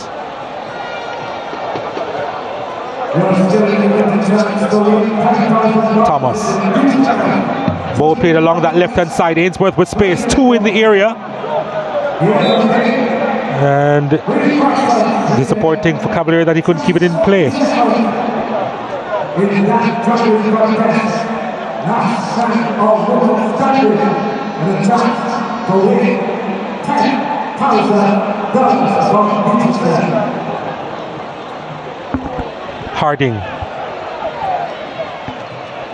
Harding looking for options.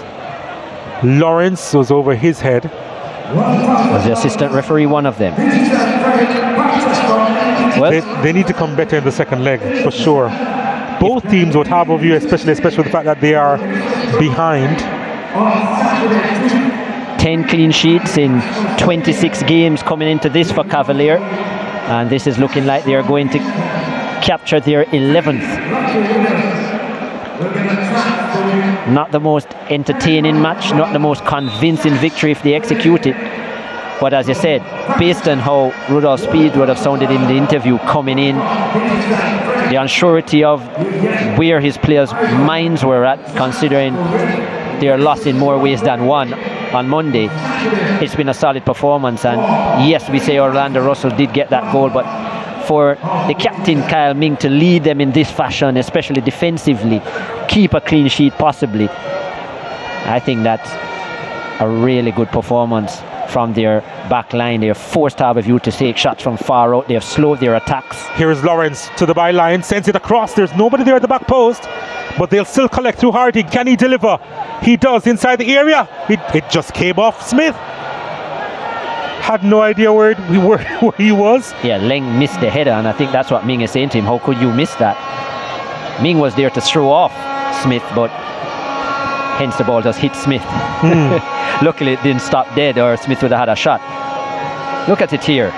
doesn't time the header well, and then it throws off Ming. It threw off Ming, and it threw off Smith as well. Not a lot of time remaining. Maybe a little less than a minute.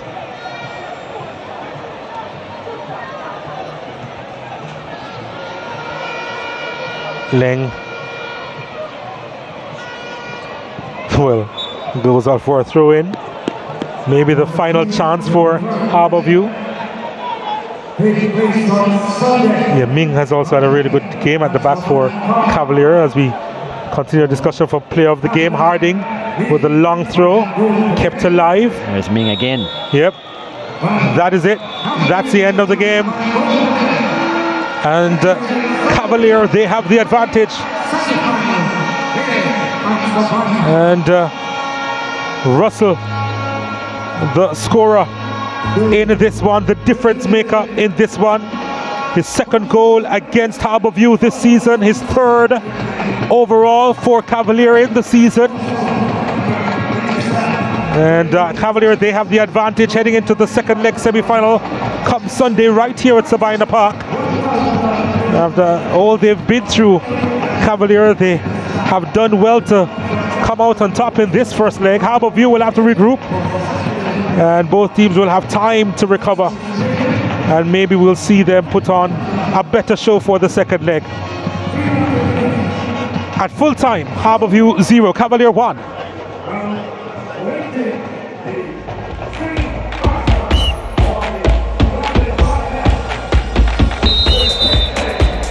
As we take a look at the highlights in this one, Ainsworth trying to win that header, and did. Anderson came through, got a foot on it, was wide of the mark. This one swung in and saved by Palmer. Irving with the free kick, and Palmer had to move smartly to punch that one away. And then Timar Lewis trying his effort. The shot from distance, wide of the mark. And here is Daly now. Dangerous in these positions, but it's come across to Stewart, who lays it off for Demar Rose. Rose should have found the target. Went over the top. Krista J. Daly. Things happen when he's on the ball. Lewis again trying to curl that one, but curled a little bit too much. Right into the arms of Bartlett. And then Harding,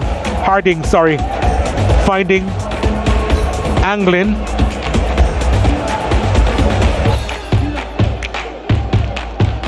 And a desperate looking London Bernard there, and then this one is flicked across the face of goal by Lewis. And then an opportunity there for Colin Anderson, leaning back, couldn't get the power behind it, and then the goal. Nodded across by McCleary, and Russell with the finish.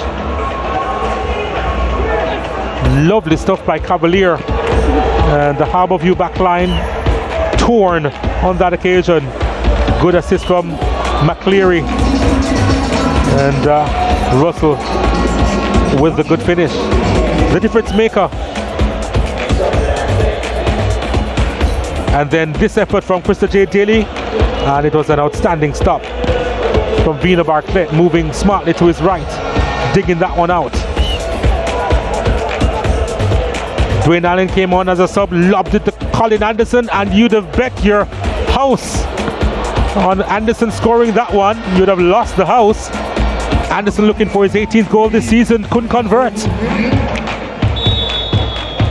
And that was all she wrote for this first leg semi-final, with Cavalier coming out on top.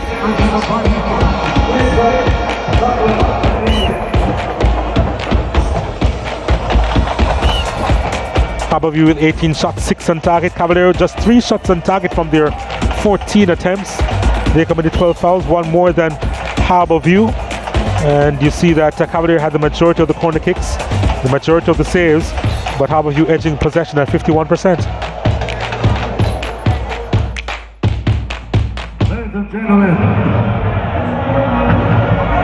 Here we see Kyle Ming here, our player of the match, receiving his man of the match award from KD Webley, junior brand manager at Digicel.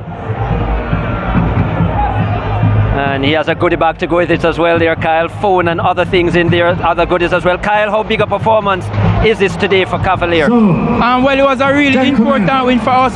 The guys came out and played well, so we get the win. So at the end of the day, we have to thank God. Lots of adversity on Monday, lots of things happening in the dressing room. You've also not had your usual centre-back partner in Richard King.